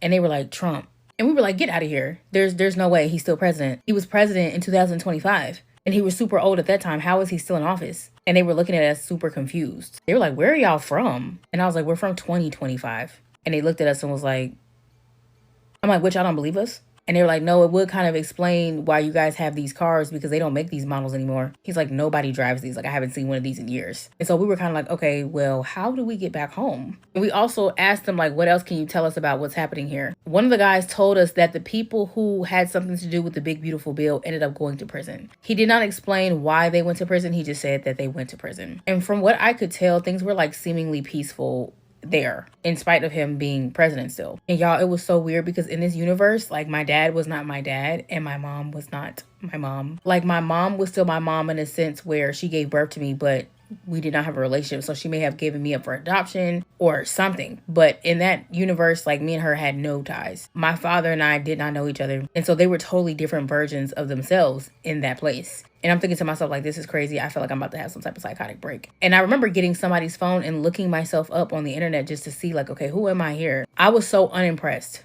like, with myself. I was like, oh my God, I literally looked like one of those girls who wanted to be white. Maybe like one of those black girls that was raised around a bunch of white people. And then the guy I ended up marrying was like some type of light-skinned dude with green eyes. I had 2 or more children and all my kids looked nothing like me and they had like green eyes or hazel eyes. I shouldn't say green, they were more like hazel. And I just had like a totally different life than I do here. And I just remember crying because I wanted to go home. I'm like, wow, it sucks here. Like my siblings did not exist in this universe. They were never born because my parents were never like together in that way. A whole bunch of people that I met in the past never existed. And one thing that was like super interesting is that I looked at who my best friends were in this universe, and they were people that I grew up with like in middle school and elementary school, and we were like super close, like we were best friends there. And I'm like, that's so crazy. I would have never thought that me and this person would have ever been friends in any universe. But in that universe, me and that person were best friends. Me, her, and some other girl, we were like really close, like had been friends for over 30 years. I was like, wow, that is crazy. All the people that I was friends with here, I had never even been friends with. We had never even crossed paths. All of the love interests I had here, I had never met.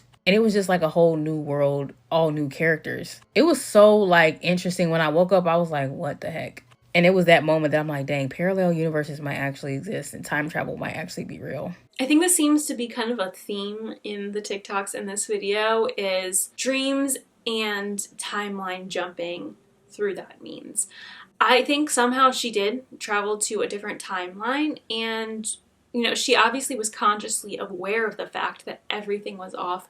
Her friend was too, and it seems very weird that she both jumped forward in time but to a different timeline where all of the characters in her life were changed. So it wasn't just, you know, her jumping timelines and she's in the same time, or like moving forward and seeing the future of her life.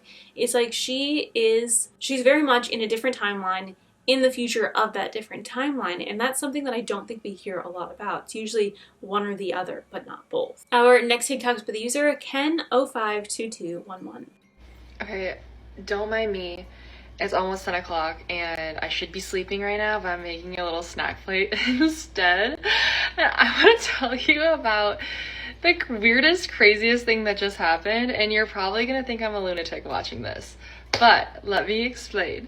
So, like 2 days ago or yesterday, I don't remember what it was now, my sister asked to borrow a battery from me. And so I gave her a battery from my remote because that's all I had. She needed a AA battery and I don't have any batteries, so she knew. Okay, so gave her one of my AA batteries from my TV remote. So then I asked for it back, never got it back. So then, I don't remember when I asked the first time, but then the second time I asked, I got home and I was like, I want to watch TV. Can I have my my battery back? And she's like, I'm not home, or some excuse, I don't know. And then I asked a third time and I was like, hey, please bring my battery back. Like, I need it. Keep in mind, we live like in walking distance from each other. And I'm like, bring my battery back. And she's like, no, I'm not doing that. And I'm like, she's like, get it yourself. And I'm like, no, like, you borrowed my battery, you need to give it back. Okay, anyway, so we're going back and forth, and I'm getting so heated with her, like, heated to the level that, like, I don't remember the last time I got angry like that. Like, I was angry over this battery, like, anyway. So then I call her, she doesn't answer, I call her again, she's like, what?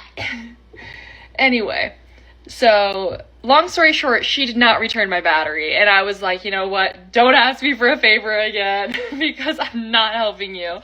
So annoyed.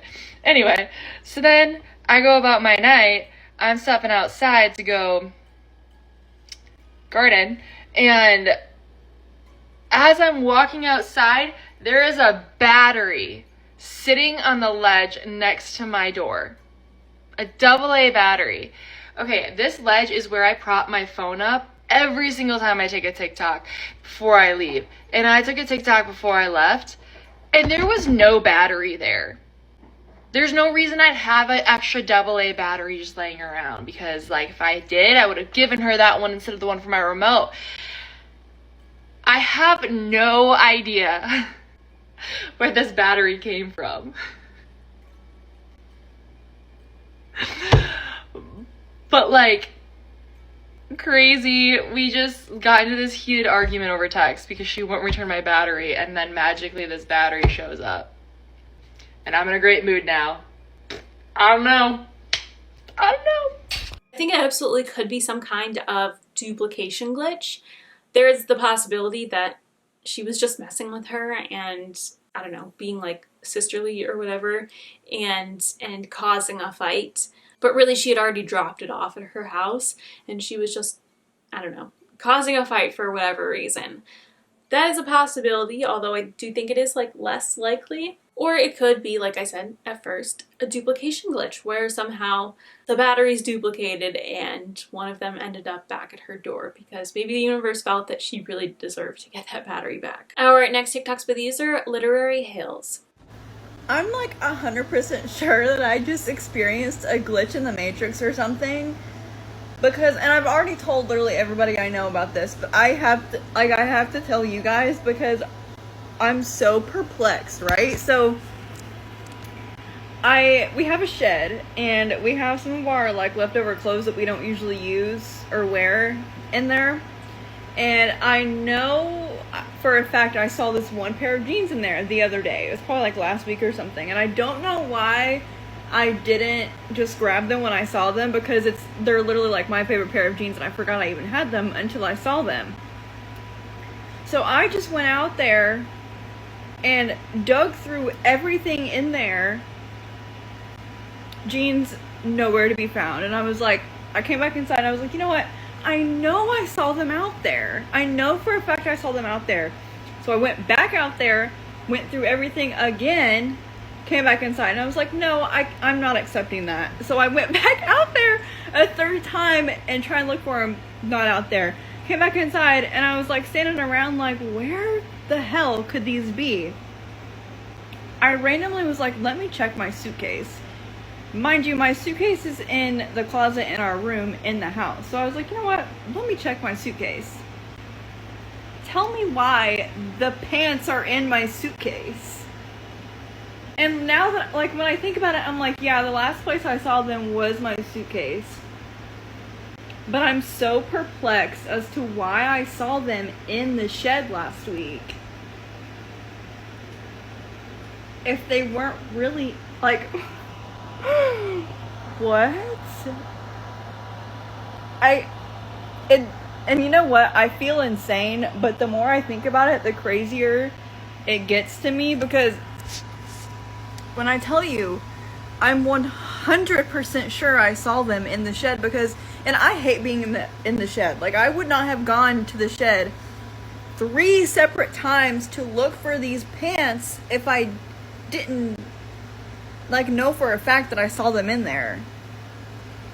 The whole time they weren't even in there. But why did I, like, I feel insane. Our next TikTok's with user, adnamizzle. So either this is some kind of time glitch in the Matrix, or there is no or. What is the alternative? Either I'm actively losing my mind, there's a glitch in the Matrix again, or someone is fucking with me through my Echo device. I made a video last night talking about how the time jumped. Just a couple minutes, but it jumped. Tonight my daughter says it says 7:22. So I look at the clock and I'm like, man, don't fuck with me about this clock again. And it did say 7:22. And so we're both looking at the clock and I'm like, yes, that's 7:22. That's 22. Because the whole thing yesterday was about 20 or 22. Anyways, as we're both looking at the clock saying 7:22, we're talking about it very loudly.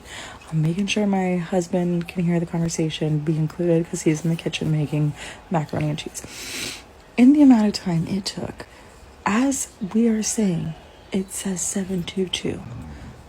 I look at her as he walks in front of the clock, sets the plate of macaroni and cheese down beside me. As he starts to walk back, I look back at the clock. And I almost started fucking crying because it now says 7:25. This all was under 30 seconds. There is no way it was 3 minutes, 4 minutes, because as he's walking back by and I start yelling about, it just did it again, it switches to 7:26. So it is undeniable because me and my daughter were both just saying it currently says 722, and in the 15 not even seconds it took for my husband to walk out there, it jumped 3-4 minutes. What the fuck is going on?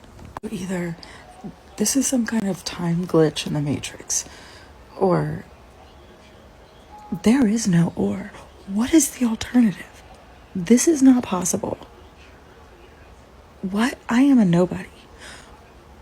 Like, why would anybody fuck with me through a clock? Like, it's insane. But 3 people witnessed it tonight. Yesterday it was just me and my daughter. So it was weird then too, because it also jumped several minutes then too. I don't understand. What? Why would anybody want to fuck with me through a clock? Why? Like, I can't, I am racking my brain trying to figure it out because it doesn't make any sense. What the fuck is happening with this clock? It's digital. It's an Echo. Like an Echo Home. I unplugged that motherfucker because that shit's starting to freak me out. Our next 4 TikToks are by the user reallifeghoststories. Did you know that the Bold Street area in Liverpool is allegedly a hotspot for time slips? The newspaper The Liverpool Echo regularly posts stories about these time slips, and this is our 4th instalment, so let's get into it. In 2013, a 17-year-old girl named Imogen had gone into town to get some stuff for her sister's new baby. Upon arriving in town, she was really happy to see that a new mother care had opened on the corner of Lord Street and Whitechapel. So she wandered around the shop, picked up a few baby items, and was really surprised at how cheap they were. When she went to the counter, she asked to pay by card, and the staff member looked at her really suspiciously and went to get a manager. When the manager arrived, they told Imogen that they didn't take card and could only take cash. Imogen didn't have any cash on her, so she had to put the items back and leave. Later, when Imogen returned home, she told her mother what had happened, and her mother was really confused and told her that that mother care had closed years before and there was now a bank in its place. So not believing her, Imogen insisted that her and her mother go to the mother care the next day, and sure enough, there was no mother care, it was a bank, just like her mother had said. If you want to hear more time slip stories, you can check out episode 36 of Real Life Ghost Stories podcast. Did you know that Bold Street in Liverpool is allegedly a hotspot for time slips? In July 1996, off-duty police officer Frank Melling and his wife Carol decided to go shopping in the Bold Street area. At Central Station, Frank and Carol split up, with Carol going to Dylan's bookshop and Frank going to Ranelagh Street to buy a CD. 20 minutes later, Frank was at the Lyceum near Bold Street when he realised that everything around him had gone deathly quiet. Suddenly, a small box van sped past him, beeping at him to get out of the way. It looked really out of place and seemed like something from the 1950s. It had Kaplan's written on the side of it. Frank crossed the road and realised that Dylan's bookshop just wasn't there anymore. Instead, there was a ladies' clothing shop called Cripps. Frank was confused, and when he looked around, he realised that the people on the street, they weren't wearing the clothes of the 1990s. They seemed to be wearing clothes from the 1940s or 1950s. Just as Frank was really starting to panic, he saw a girl in modern day dress carrying a Miss Selfridge's bag walk into Cripps. Frank followed her, but as he walked through the door of Cripps, suddenly it wasn't a clothes shop anymore, it was a bookshop again. He grabbed the girl by the arm and said, "Did you just see that?" And she turned and looked at him and said, "Yeah, I thought this was a clothes shop, that's why I came in. But now that I'm in here, it's actually a bookshop." She just shrugged and walked away, but Frank was totally confused by what had just happened to him. Upon further investigation, it turned out that Dylan's bookshop did used to be a clothes shop called Cripps that sold women's clothes and accessories in the 1940s and 1950s. He also later confirmed that there was a company called Kaplan's that operated in the Liverpool area that drove around little box vans. So is there something strange happening on Bold Street? Or is it just a case of good storytelling? Do you love a time slip story? Well, this one is for you. This time slip story was submitted anonymously to the podcast Real Life Ghost Stories mini episode number 255, and it is a great one, so I thought I would share the entire story with you guys. As per usual with these videos of stories shared from the podcast, brace yourself for the best stock footage you are ever going to see.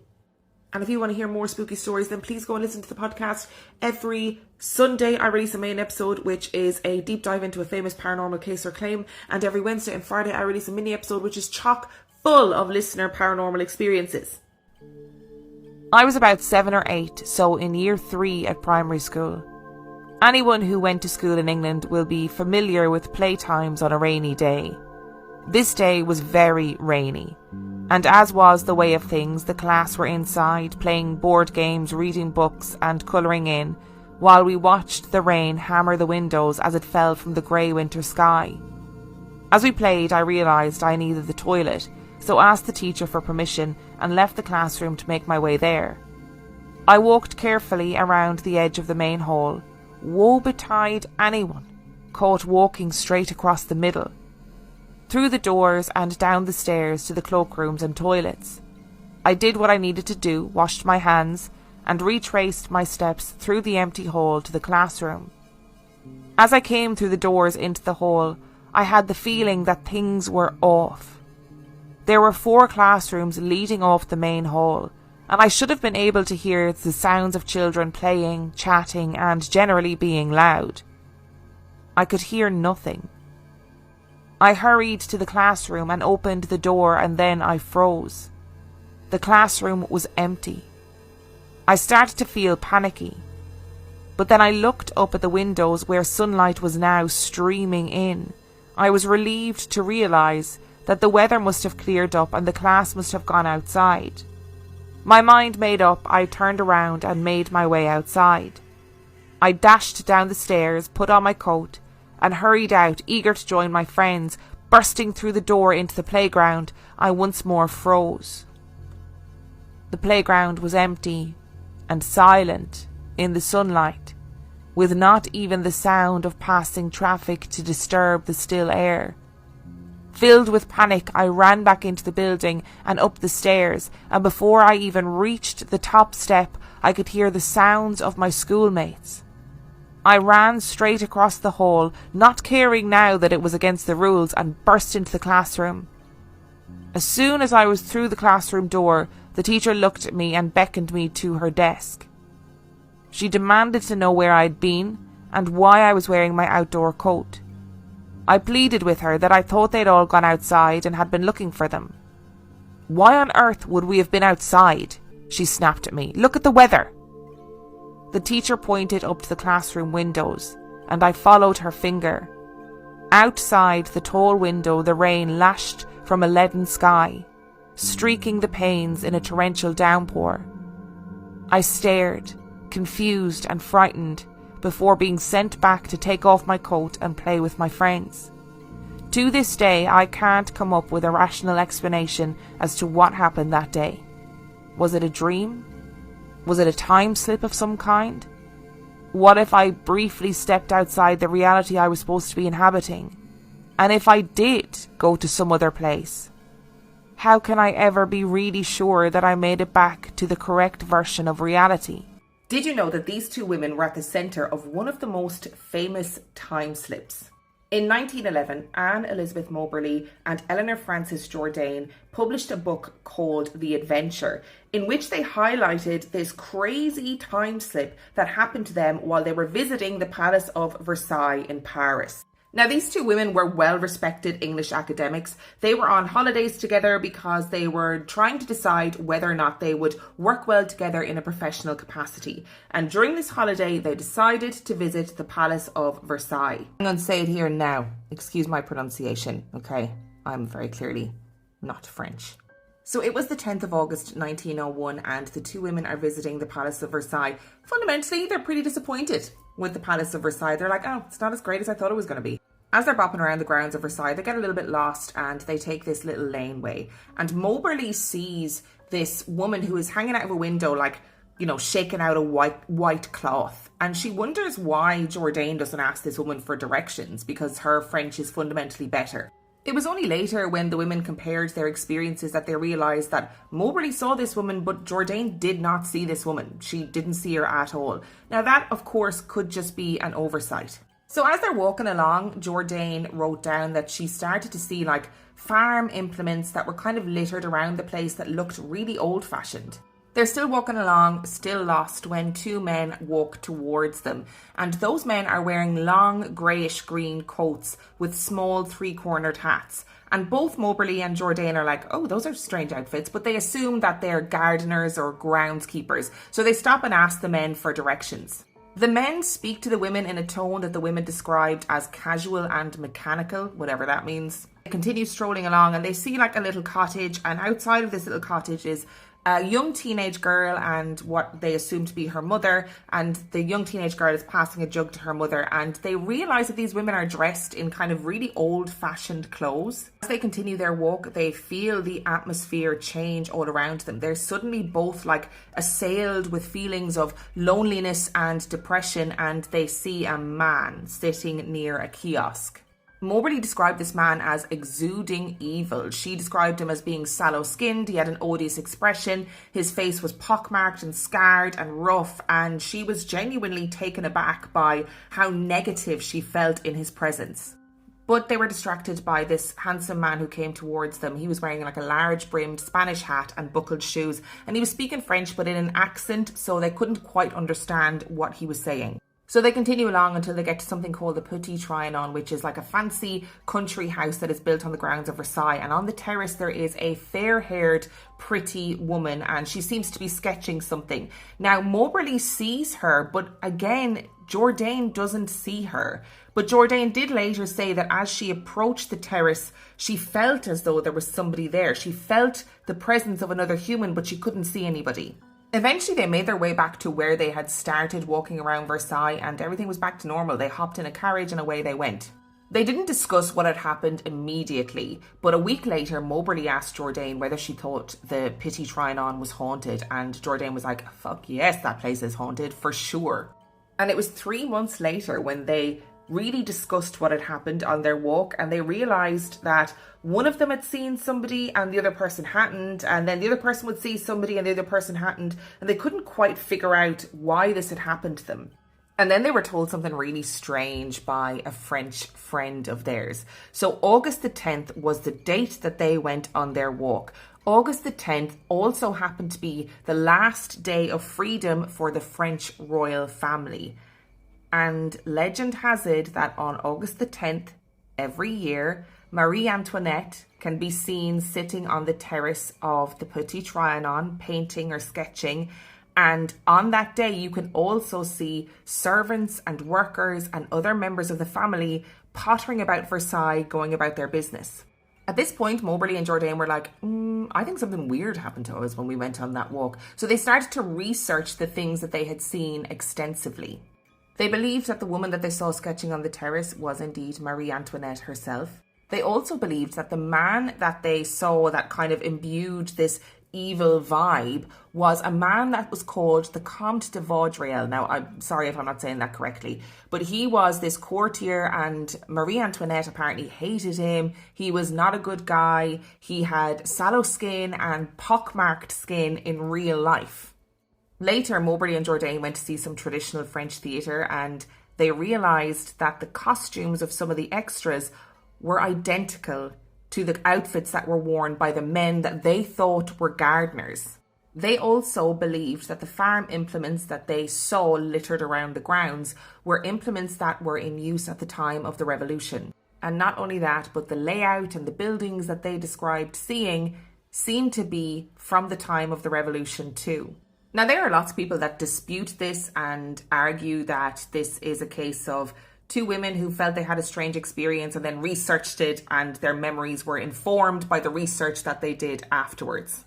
There was also an argument that they were lesbians and therefore couldn't be trusted. Famously, the T in LGBT stands for time slips, because lesbians are forever lying about time slips. It's really hard to do this story justice in a singular video, but if you want to hear the whole story, you can listen to episode number 238 of my podcast, Real Life Ghost Stories. It's entitled Time Slips.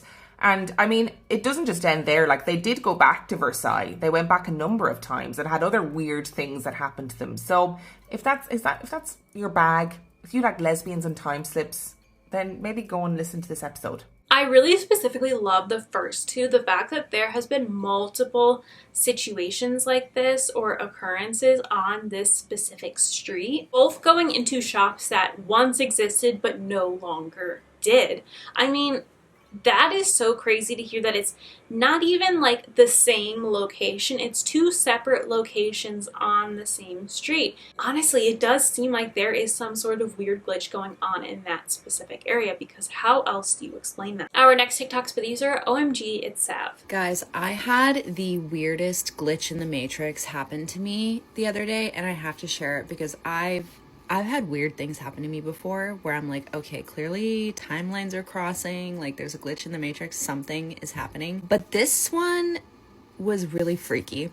So I'm a photographer. I have been for like 20 plus years. I have a ton of experience with technology and cameras and all of that. Like, I know what I'm doing. The other day, I took my little SD card, my memory card, out of my camera to put the photos that I took onto my computer. Now, I've had this particular SD card for like at least 10 years. I've used it, I've reformatted it, like I've used it multiple times. It's been mine forever and I bought it brand new. Okay, so I'm putting my card in, the photos are popping up on Lightroom like they always do. And I noticed like 6 pictures where I'm like, I didn't take these. Whose photos are these?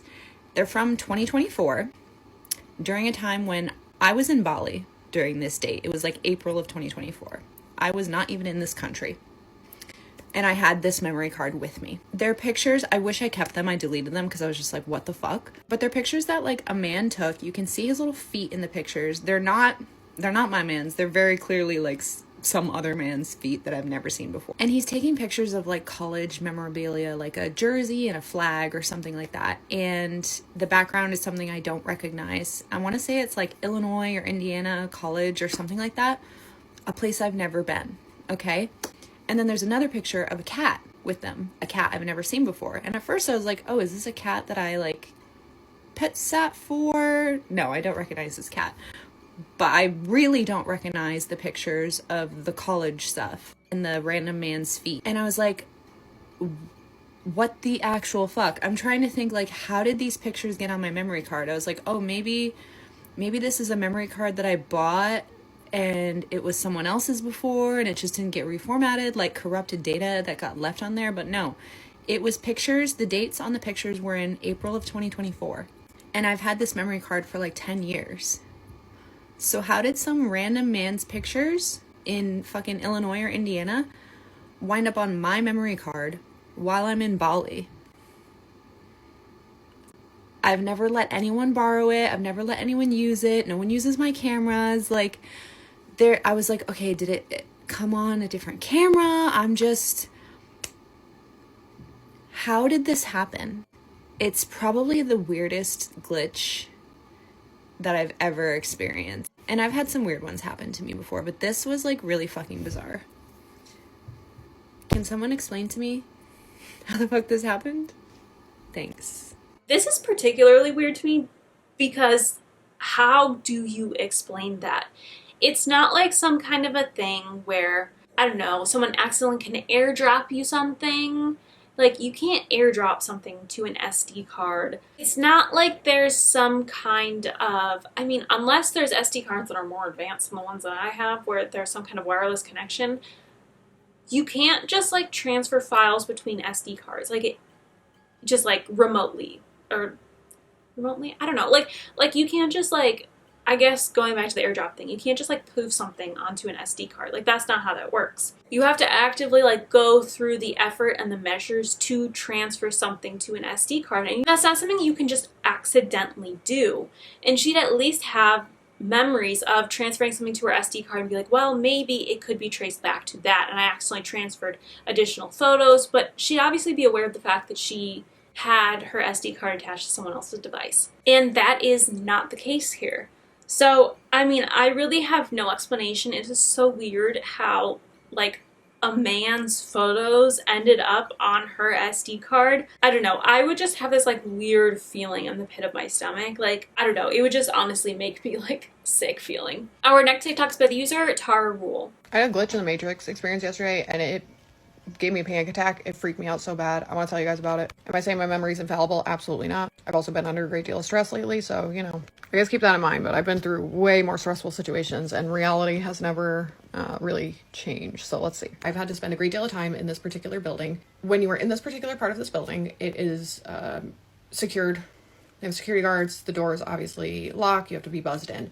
There's only one bathroom accessible in this area. There's, you know, a little hallway, and then there's 2 bathrooms, men's room, ladies' room, and you need a key card to get in. I have to pee a lot, so needless to say, this bathroom, I've visited it very, very many times. Leaving the building is just a massive pain in the ass. You know, when I go to the bathroom, if I can't go outside, you know, sometimes I like to get my vape on. And because of that, I will pick the furthest possible stall from the door. But this bathroom is very tiny. There's only 4 stalls. This is the general layout of the bathroom, right? You just walk in. This is the door. You walk in, and then there's just a wall, right? Like the rest of the tiled walls. And then there's like stalls right here, a sink with a mirror, and that's it. You know, if there was any further place to go, I certainly would. I've used this bathroom on a number of different occasions and days. And on this particular day, I had already used this bathroom probably like 6 times. I have to pee a lot. So this particular time I walk in the bathroom and I'm immediately startled because I see another person. Like I think I'm about to bump into another person. I felt a little thrown off because they seemed like further away than possible because there's always a wall right there. They were further away, and then I realized I was seeing my own reflection because there was a mirror way far away with sinks and mirrors. And I immediately was like, oh, I must have gone in the men's room, right? So I turn around, I walk out. I am in fact in the ladies' room. And I go to check, there's only 2 bathrooms, right? 2 bathrooms. I was in fact in the ladies' room, and I thought maybe I've accidentally been going in the men's room this whole time. So I just kind of peeked my head in the men's room, and it's like a completely different color palette. Here's the general layout of what I have experienced up until this point in question. So just like you walk through this little entrance, and then right over this way is the stalls, and then you got your 3 little stalls, and then sink, mirror, and that's it. Now when I walk to the bathroom, instead of seeing this, I basically, it's just a paste over image, see this, which obviously tells me there's a whole other room of stalls on the other side of the wall where I've been using the bathroom. Now, had it always been like that, I'm telling you, I know I've been under a lot of stress, but I'm telling you, dude, I would have 100%, if I noticed there's a hall and down the hall there's still more sinks and mirrors, obviously that means there's more stalls further away from the door where no one's going to see me, you know, smoking up. I'm going to go there 100% of the time. And I remember always feeling like, oh, this bathroom's so small, because I was always worried someone was going to come in if I was like, you know, hitting the vape a little bit. And to be clear, there wasn't like a door that was closed. It was tile wall. I had used that bathroom like 6 times that day already. The last time I used it was like an hour prior. And now all of a sudden I walk in and this bathroom is double the size. It gets worse. So instead of this, which is what it looked like before, when I walked down a little bit where that wall used to be, I guess, and now it just all goes to the other part of the bathroom. This side of the bathroom looks like this. It's massive. And then there's another hall. So I go down that hall. And guess what I see? More, even larger bathroom. Now, what's even weirder about this is like the bathroom is kind of like at the edge of the building. You know what I mean? There's like, this particular area is on the outside of the edge of the building, right? Mind you, this freaked me out further because if you have world dreams like I do, you can imagine how unsettling this might be. I was too freaked out to use it, to be honest with you. So I just continued using the little area I've been confined to.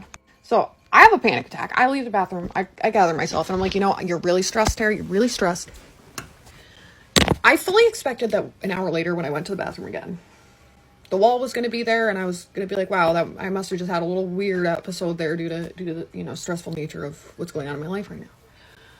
Nope. It was the fucking giant bathroom again. And like, this is the bathroom, the size of the bathroom, as I originally perceived it, felt relative to the size it would be considering the type of building it is and what it is used for. under no circumstance would it need to be a fucking airport bathroom. Was it unsettling? Yeah. Yes.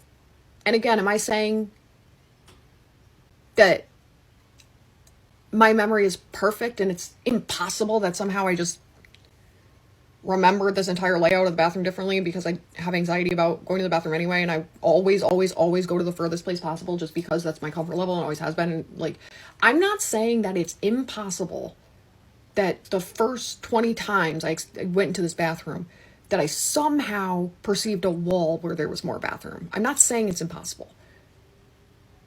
What I am saying is I've never experienced something like that in my entire life. So there you go. That's my story. I don't expect nobody to believe me.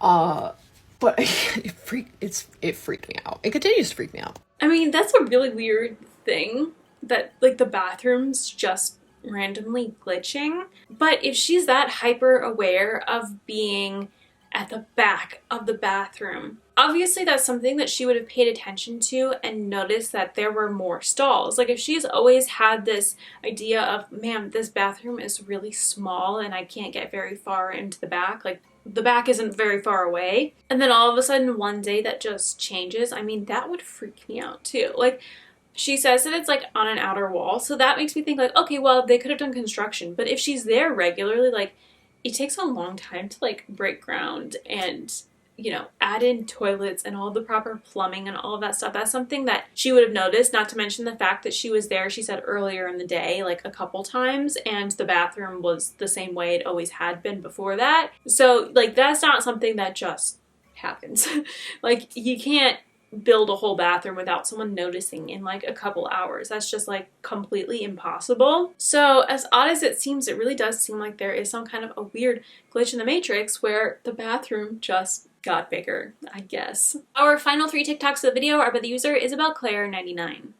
Okay, after trying over and over again to record this and upload it on TikTok, I'm just gonna record it on my phone and then hopefully TikTok will let me upload this. So this is not a Mandela effect, a glitch in the matrix that's been happening to me for 3 years. So in December of 2020, Evermore by Taylor Swift came out. My sister went online and she bought 2 copies of the vinyl album, one for her, one for me, and then she bought some merch. So she ships them to me. She ships the merch to me. She got me like some tea towels and some other stuff, and then she ships me a copy of Evermore, right? So I like opened it up, I listened to it, perfect. Then the next year I'm out visiting her and she pulls out a sealed copy of Evermore. And she's like, hey, I never gave this to you. And I'm like, yes, you did. You mailed it to me. She goes, I never mailed it to you. This is it. And I'm like, no, you mailed it to me because I have the merch that you also got me. And I'm like, this must be your copy. But she pulls out her copy, which is also open. She's also listened to it. And so I'm like, no, I give it to someone else. I already have one. So she gives it to her friend. The next year, I'm out there. She pulls out a sealed copy of Evermore. And she's like, hey, I have this copy of Evermore. It's yours. And I'm like, no, it's not mine. This would have been last November, or November 2022. And I'm like, it's not mine. This must be the one that you were supposed to give to your friend. And she's like, no, I know for a fact that I did give that one to my friend. And I'm like, okay, then it's yours. Well, it's not hers because hers has been listened to and opened and she has it. So that's 2 extras now. The one that she gave to her friend and then another one that's appeared. So I'm like, whatever. And I take it. So now I have my original copy of Evermore that I've listened to and a sealed copy. And I'm like, whatever, a backup's always nice. So I take it. Then this year, she comes to Christmas at my parents' house and she brings a sealed copy of Evermore. And she's like, girl, you need to take this copy of Evermore. And I'm like, I have 2 copies and they're both from you. She's like, that is not possible. I only ever ordered 2 and I have one and then I gave one to my friend. And I'm like, girl, I literally, my child wants them so bad. I'm sorry, I'll give them back. I literally have 2 copies of it. But this other one has showed up and it's currently at my parents' house. So tell me how 2 copies of Evermore, one for her, one for me, have turned into one for her, one for me, one that she gave to her friend, another one that I took, and then a 5th one has now shown up. How are they multiplying like this? I guess it's really a glitch that's happening to my sister, but we both now have 2 copies of Evermore, one opened, one unopened, and she has one that she gave to her friend. So what is happening? Okay, so I texted my sister and I said like, hey, you know that album you bought me? Now I have two, and that it like keeps reappearing in her apartment. I told her I was freaked out by it, and if she was like playing some prank on me, she needed to tell me. And she said, I have absolutely no explanation at all. I'm freaked out too. And then she said that she remembers originally buying it, and she put one in her cart for me, and then she was like, this could be a collector's item, so she bought one for herself too. 2 in one order, that's it. I am beyond confused. That would be a hilarious prank though. And so then I told her about the TikTok I was trying to record. So while we were texting, I had tried to call her, and then she answered and was like, hey, I'm at work, I'll call you back, and we hung up. And then she did call me back a little bit later, like she stepped out and called me, and she said that she noticed it was happening after the second vinyl showed up. Like after she gave one to her friend, the next one that showed up, it freaked her out, and that's why she was like so insistent that it was mine, and I took it.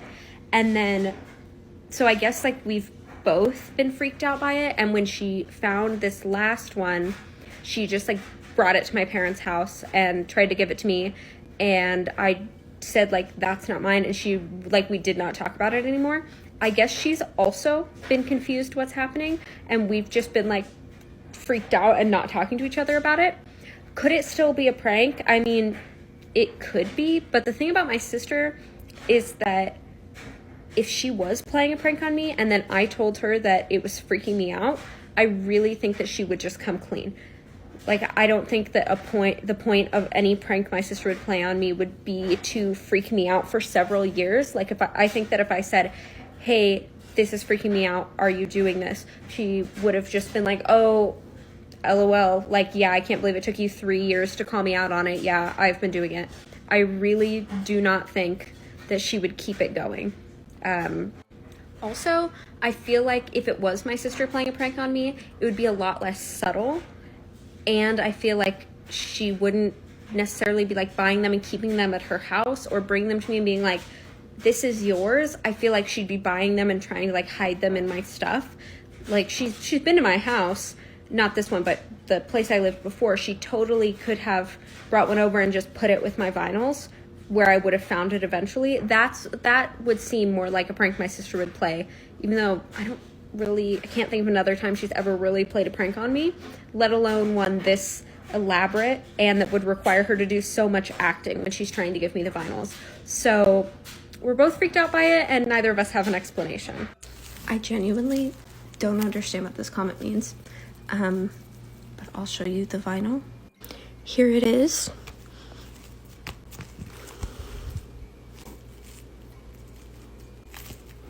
I don't really know what your point is with it being wrinkly.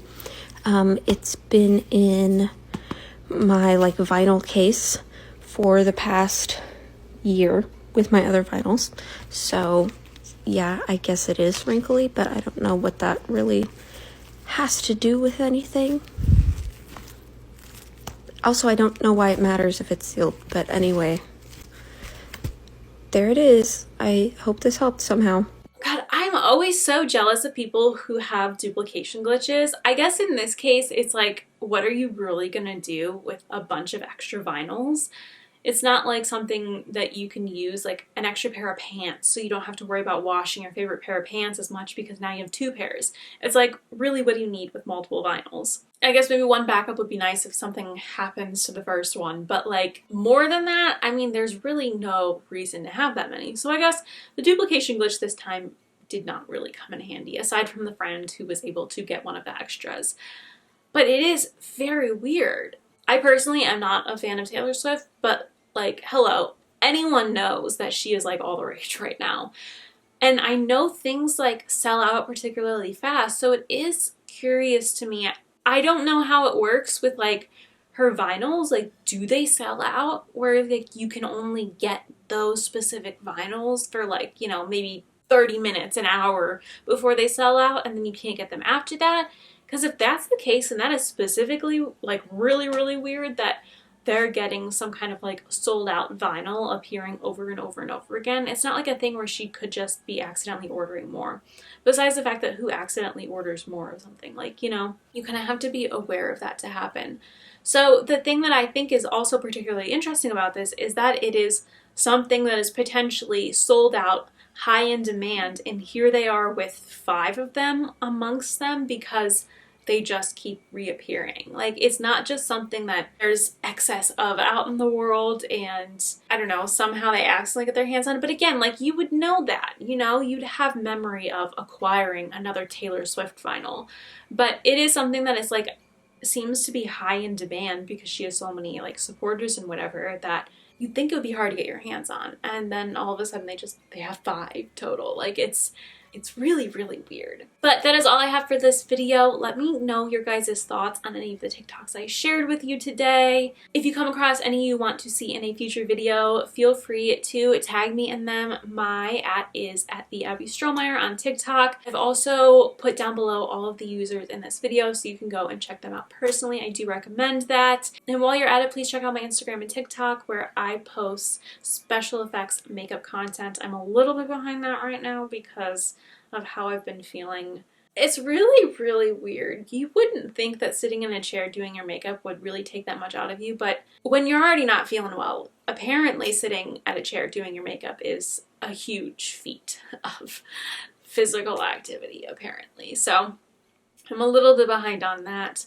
But God, I have so many ideas and so many things I want to get to. I hope to God we figure this out, not just because like, obviously I don't feel well, but like, hello, I love doing my creative makeup stuff and filming these videos, and it really bums me out on days where I don't feel good enough to do it. So yeah, but that is what I do on those platforms. So please check that out. I have a feeling you'll like it if you like these spooky videos. If you guys like this video, please be sure to give it a big thumbs up. I'll pop a couple of video suggestions on the screen for you to watch next. Please click the subscribe button down below and turn on post notifications so you never miss a video. I post Sundays and Thursdays at 2 p.m. Pacific Standard Time, 4 p.m. Central Time. As always, thank you guys so much for watching, and I will see you next time. Bye.